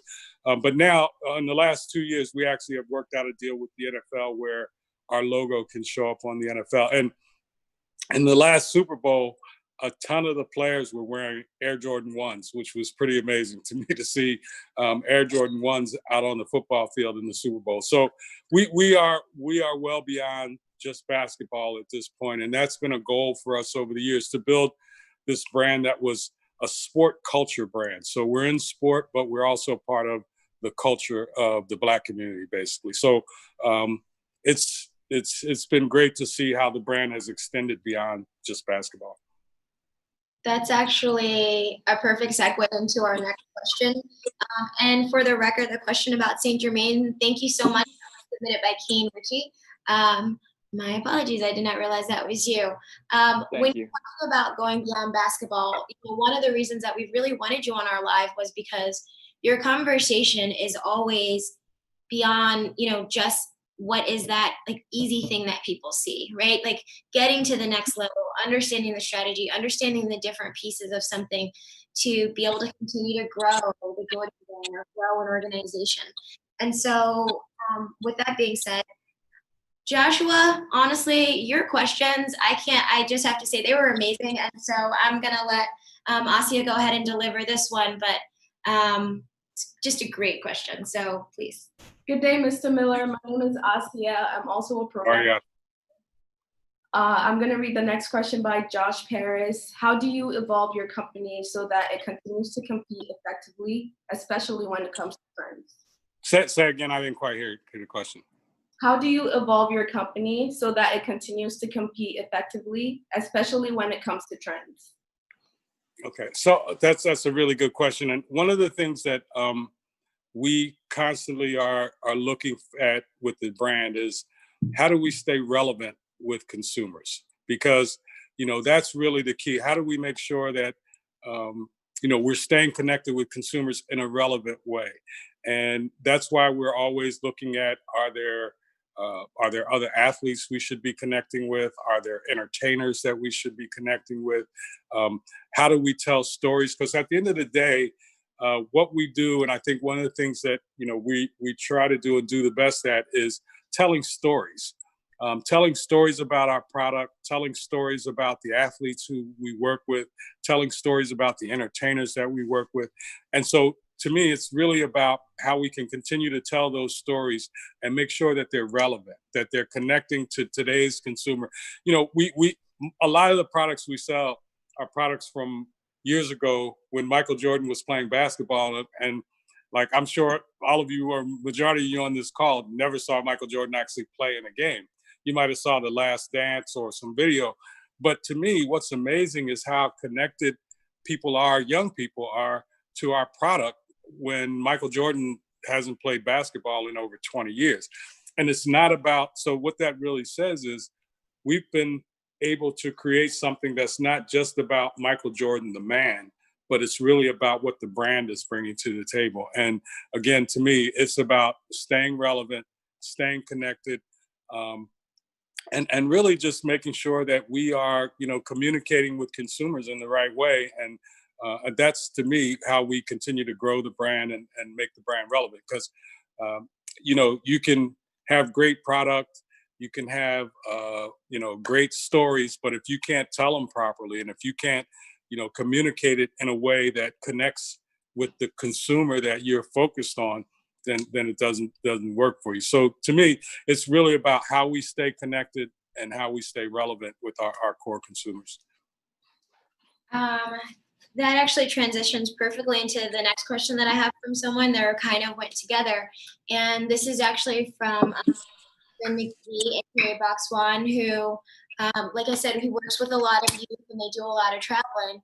And this is a question I actually got from a couple of people, but I'll just put it in the way he presented it, is essentially how willing is Nike and Jordan brand specifically, how willing are they to engage with influencers who have stories and followers that are really about people connecting? Which you kind of answered, but I lost you there, Sam. I didn't hear the last part of it. Got you. Basically, how willing is the Jordan brand? How willing are you guys to connect with brand influencers who have a story and a connection to a community, especially if they want to be able to tell their story as part of what they do, which I think you kind of just answered. And the second part of that being not how do people get in contact with you, but really how does someone connect with someone at your level to have those conversations and begin that kind of business development on their own behalf? So to be honest, I personally don't look for influencers or look to connect. If something happens to come my way and I'm like, hey, but there's a team of people that this is what they do for the brand. Their job is to make sure that we are relevant, make sure that we're connecting with the right people, make sure that we are, communicating in the right way. then I just kind of like oversee that and make sure that it happens and make sure that, that we're doing it the right way. But I personally don't look for, okay, but if something comes my way, or if somebody is presented to me, or if something comes my way, then I'll pass it on to the team and the group that focuses on that. And then they'll decide if this is something that works for us and works for the person. Because at the end of the day, what I hope, and the thing I push, is that whenever we do these collaborations or we do these connections with influencers or with other brands, that it's a win-win, that both parties win. To me, that's what it should be about. It's like, I don't want it to feel like we're benefiting and the other party's not, and vice versa. It should be a win-win. And that's what we look for. But again, I don't personally get involved in that. Although I have at times, I'll run across something or somebody or something will be presented to me, and then I'll pass it on to my team with like, hey, this is something we should really look at closely and we should really try to pursue. But again, it's their job to determine who are the right people for us to connect with. And again, how can we make sure that it's a win-win for both parties, that both parties are benefiting from connecting? Awesome, that makes sense. And I really appreciate you answering like that, because, I loved how Ben asked about, just how in general, if that's something that you're interested in, part of what your business is. But a lot of people really kind of sent the message, some people just sent the question, well, what if we wanted to get in touch with you? What if we wanted a job with you? And I think that it's important to explain that just because you're overseeing it all doesn't mean you're in charge of it all. And I think that's something a lot of our fellows, some people know and some people don't. And I think like one of the things that we do in this program is really work to help them understand everything, even things that we may not have understood at that age. So with that being said, I'm going to give you a layup question. I gave you two toughies. But this one is Josh. Also, what is your favorite personal Jordan shoe? My personal Jordan shoe? Yes. My favorite shoe? I have a couple of favorites. The 11 is one of my favorites. And there's been some talk about us bringing back in the cool grape color, which is one of my favorite Jordans of all time. But also the Air Jordan 1 is like, the one, to me, you can just do so much with it from a color perspective, from a style perspective. And so it's such a versatile shoe. You can wear it with jeans, you can wear it with sweats. I mean, it's a really versatile shoe. And I think that's why the Air Jordan 1 is actually our biggest product. I mean, it's our biggest product category by far. It's almost $1 billion business just unto itself. So the Air Jordan 1 is probably, the 1 and the 11 are my favorites. Are you wearing either one of those for those people that say things like, may the odds be ever in your favor, that may not know what all of these specific ones are? Well, actually, I don't have shoes on right now, so, but I was wearing ones earlier today, yes. I wear ones. Generally, I wear ones the majority of the time because, like I said, they're so versatile, and I've got them in so many different colors that it's pretty easy to say, okay, I'm going to wear these ones today. But actually, I had on earlier PSG ones, which were ones that we made specifically as a part of the PSG, the Paris Saint-Germain deal. Got you. Awesome. We're coming towards the end of our questions. I should so. Sorry, someone said something I didn't hear you. We're coming towards the end of our questions. The next question is from, I just lost it. Oh, the next question is actually, kind of a little bit back out of the Nike Jordan brand, a little bit more about kind of business society piece and where you've been. And someone wants to know, they didn't want to submit their name, but they basically said, as a person of color in my particular industry, I find a lot of challenges in my industry that may be different from others. As a person of color, what do you find challenging in your particular industry?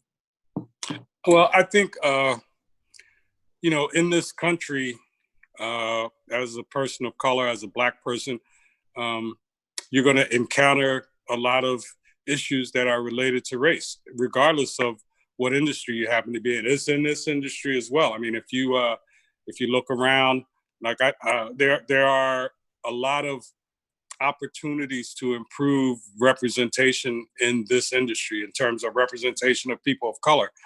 And again, I think, I've had to encounter it along the way, throughout my career, where, people see you and assume certain things about you just because of how you look and the color of your skin. And then you have to prove to them that those assumptions are incorrect. And so, to me, I've definitely encountered it in this industry. And I think it's across all of corporate America. I think, you're going to encounter it. The issue is, to me, the way I've always approached it is, I'm going to remove all the other obstacles, right? So for instance, I went back to school and got my MBA at LaSalle University there in Philadelphia, by the way. But not because I wanted to go back to school, but because I wanted to make sure that no one could use that as an obstacle to not give me what was my due. So if I was applying for a job and someone else was applying for the same job and I'm just as qualified or more qualified, but I don't have an MBA and they do, that's an excuse that they can use to give that person a job versus me. So my position was always, I'm going to take away all those excuses, and they're going to have to say, well, we're not going to give you this job because you're Black. And they're not going to do that, right? So to me, the goal was always to remove the obstacles and put it to a point where, they have to give you what's due you because you've earned it.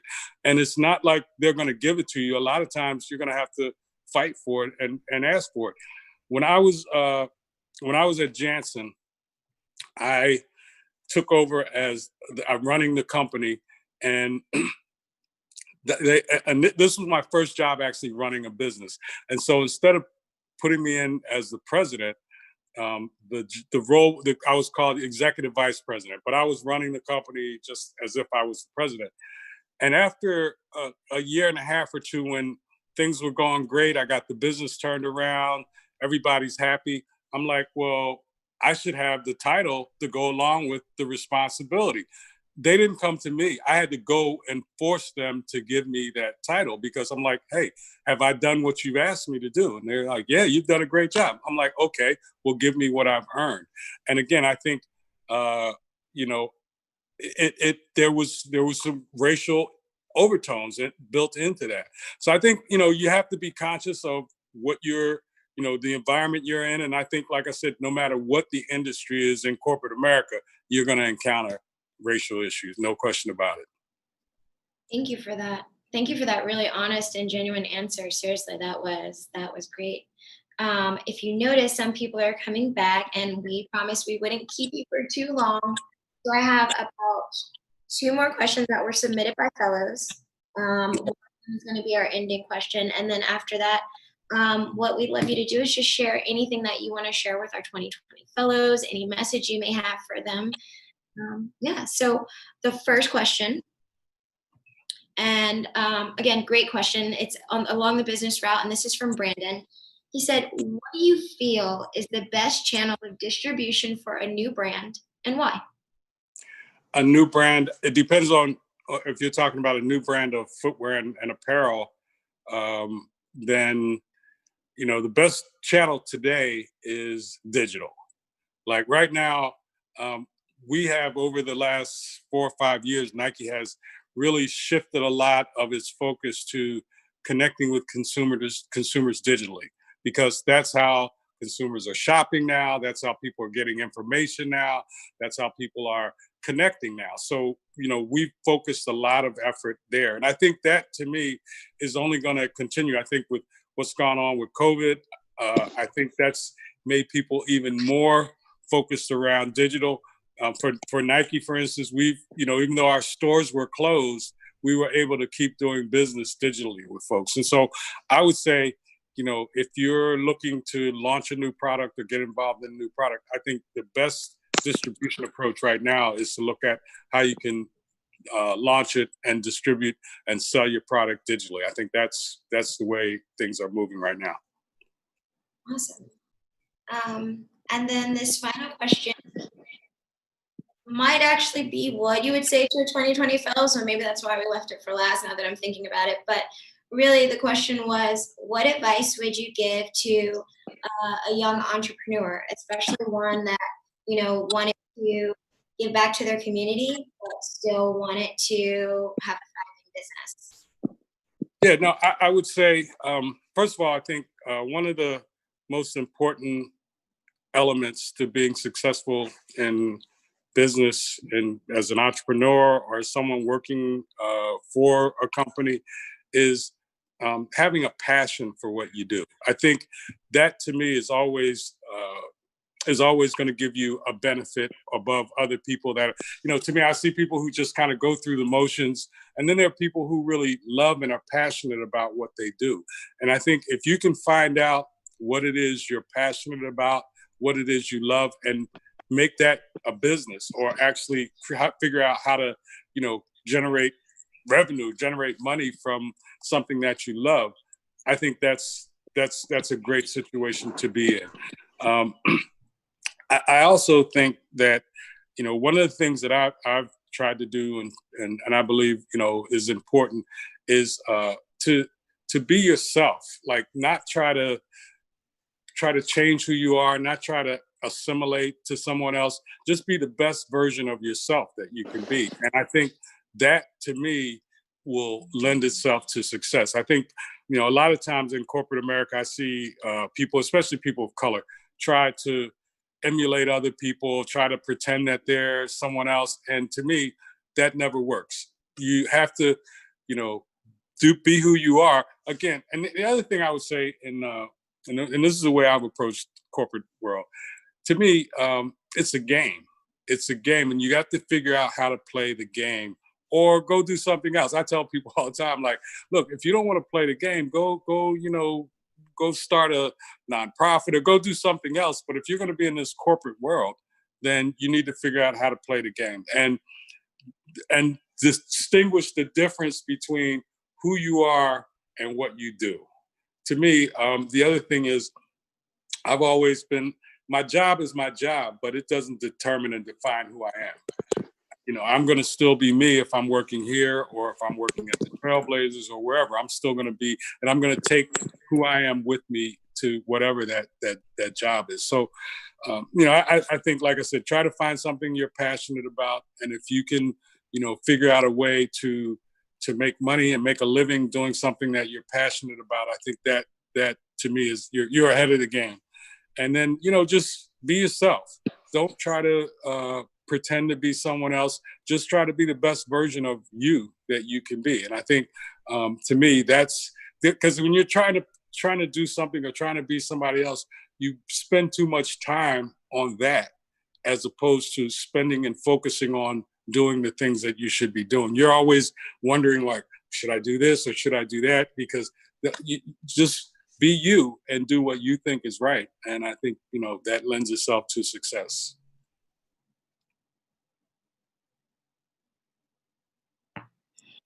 Wow, Larry, that was just,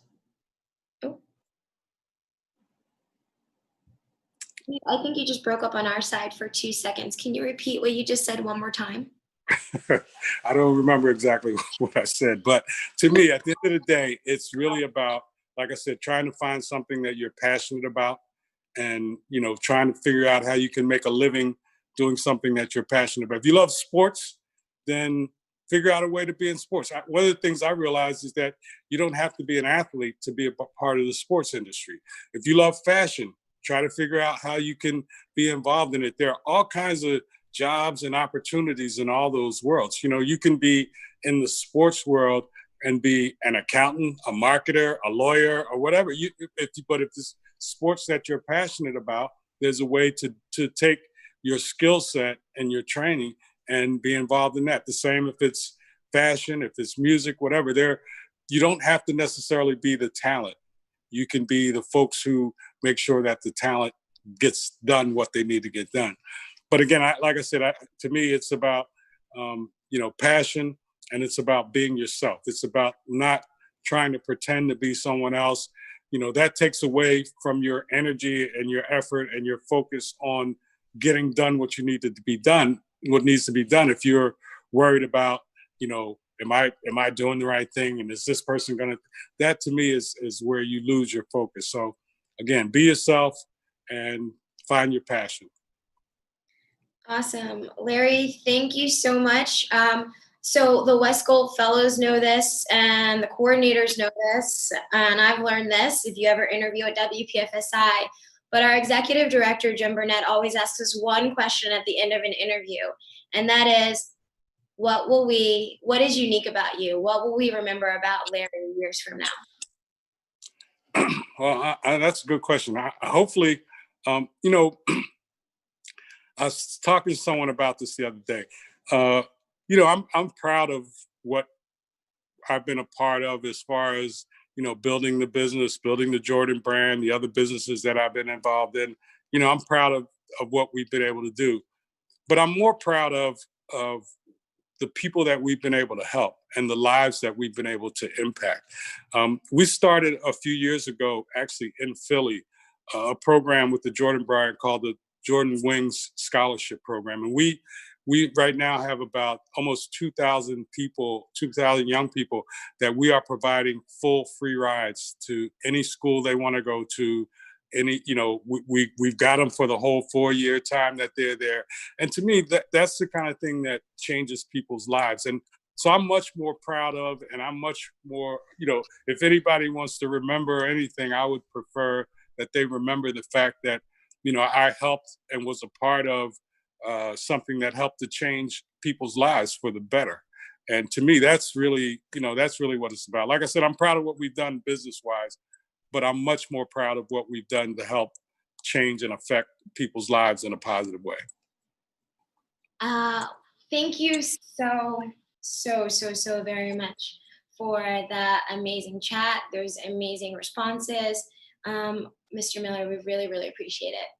Ladies and gentlemen, Larry Miller, chairman of the advisory board of Nike's Jordan brand, and honestly, a pusher of youth entrepreneurship. So at this point, kind of like you fellows will experience for the rest of the program, this is likely the most you will hear from me, because you're going to get ready to spend the next 8 weeks with the coordinators. So before I go, I have to say 2 things, and then I'm going to pass it to Alex, and he is going to announce our program.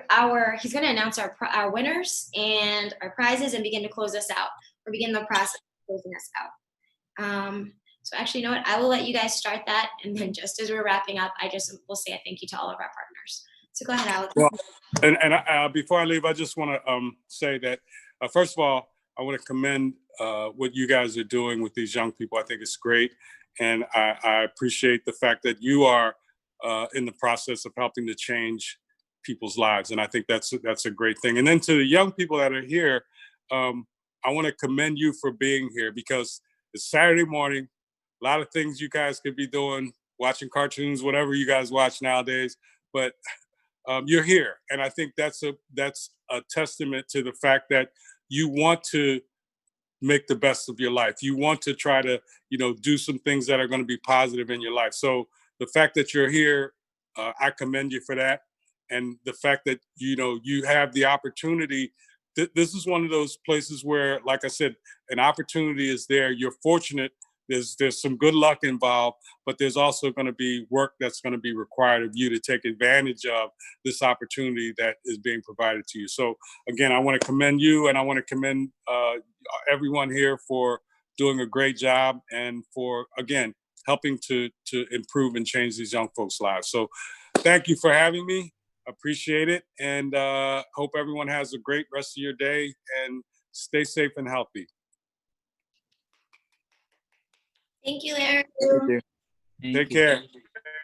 Thank you. Thank you.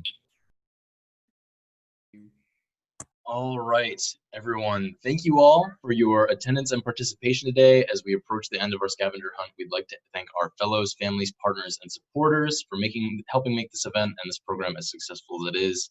We cannot wait to begin facilitating with you guys and working together here at WesGold. With that, before we wrap up, there's a few more concluding remarks. I'm going to pass this on to Jason, and he will announce our winners. Dun, dun, dun. Hello, everyone. So our winners today, we have Team 6 in first place with 15,600 points. It really went off. So we had Carmen, Tamir, Carlos, and Joey in there. And you guys did amazing. Right behind them in second place for the fellows, we had Team 5 with 14,400 points. Team 5 was Jeslyn, Brianna, Kane, and Jose. Did awesome, guys. And then in third place, we had Team 3 with 13,400 points. And that was Yushan, Isaiah, Marcilla, and Rusafa. So you guys did amazing. First place was Carmen, Tamir, Carlos, and Joey. And then for our partners and other teams that were participating, first place, we had the WesGold Fellows coordinators coming with 15,300 points. That was Mike and his wife. They did amazing. Really tried to go for that first place spot at the end. I saw your message. And then right behind them, we had the Spruce Foundation with 12,000 points. And then in third place, we had the WesGold Fellows alumni with 9,900 points. And then I will pass this off to Asia. All right, just we're gonna go through a few more reminders for you fellows. Next week, just a reminder, is the orientation, which is on Thursday. And then the program is starting on June 29th, guys. So get excited, dress professionally, show up early, and be prepared for your first day of employment. Okay, great, and I'll take it off. Congrats to everyone who placed. Good job, guys. Things awesome. Just I wasn't able to participate, but I'm glad that you guys were able to.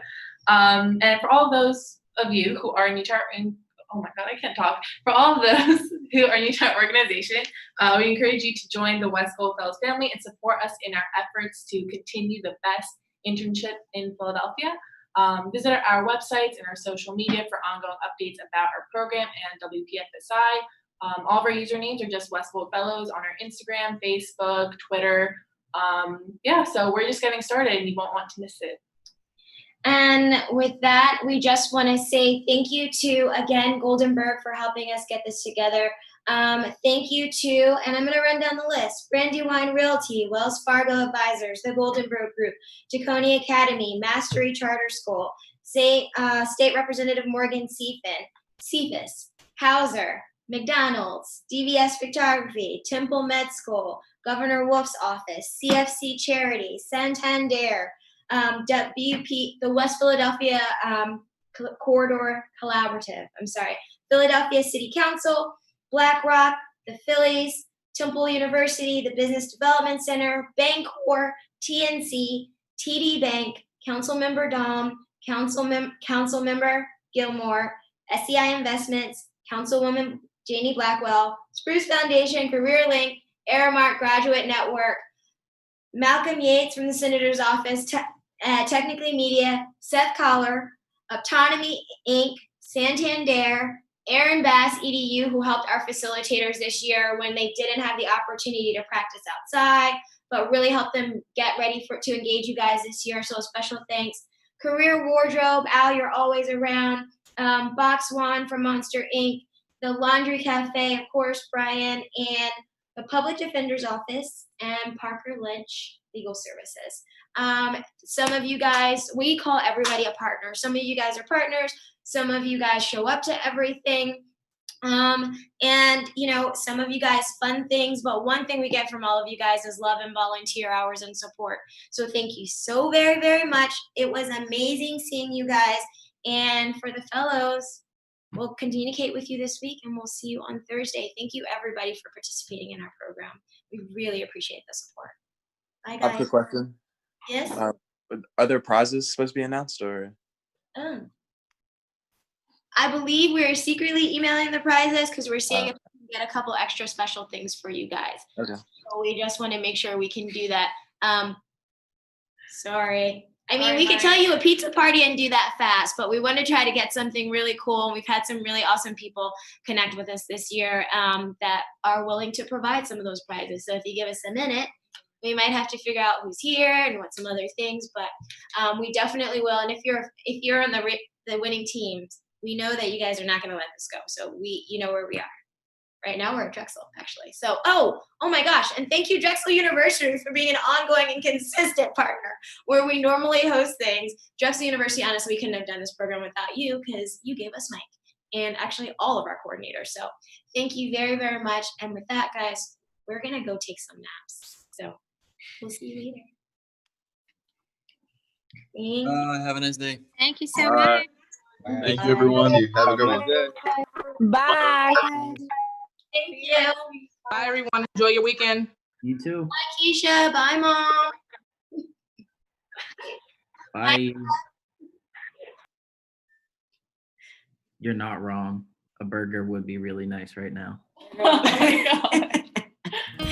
You're right, Yushwan.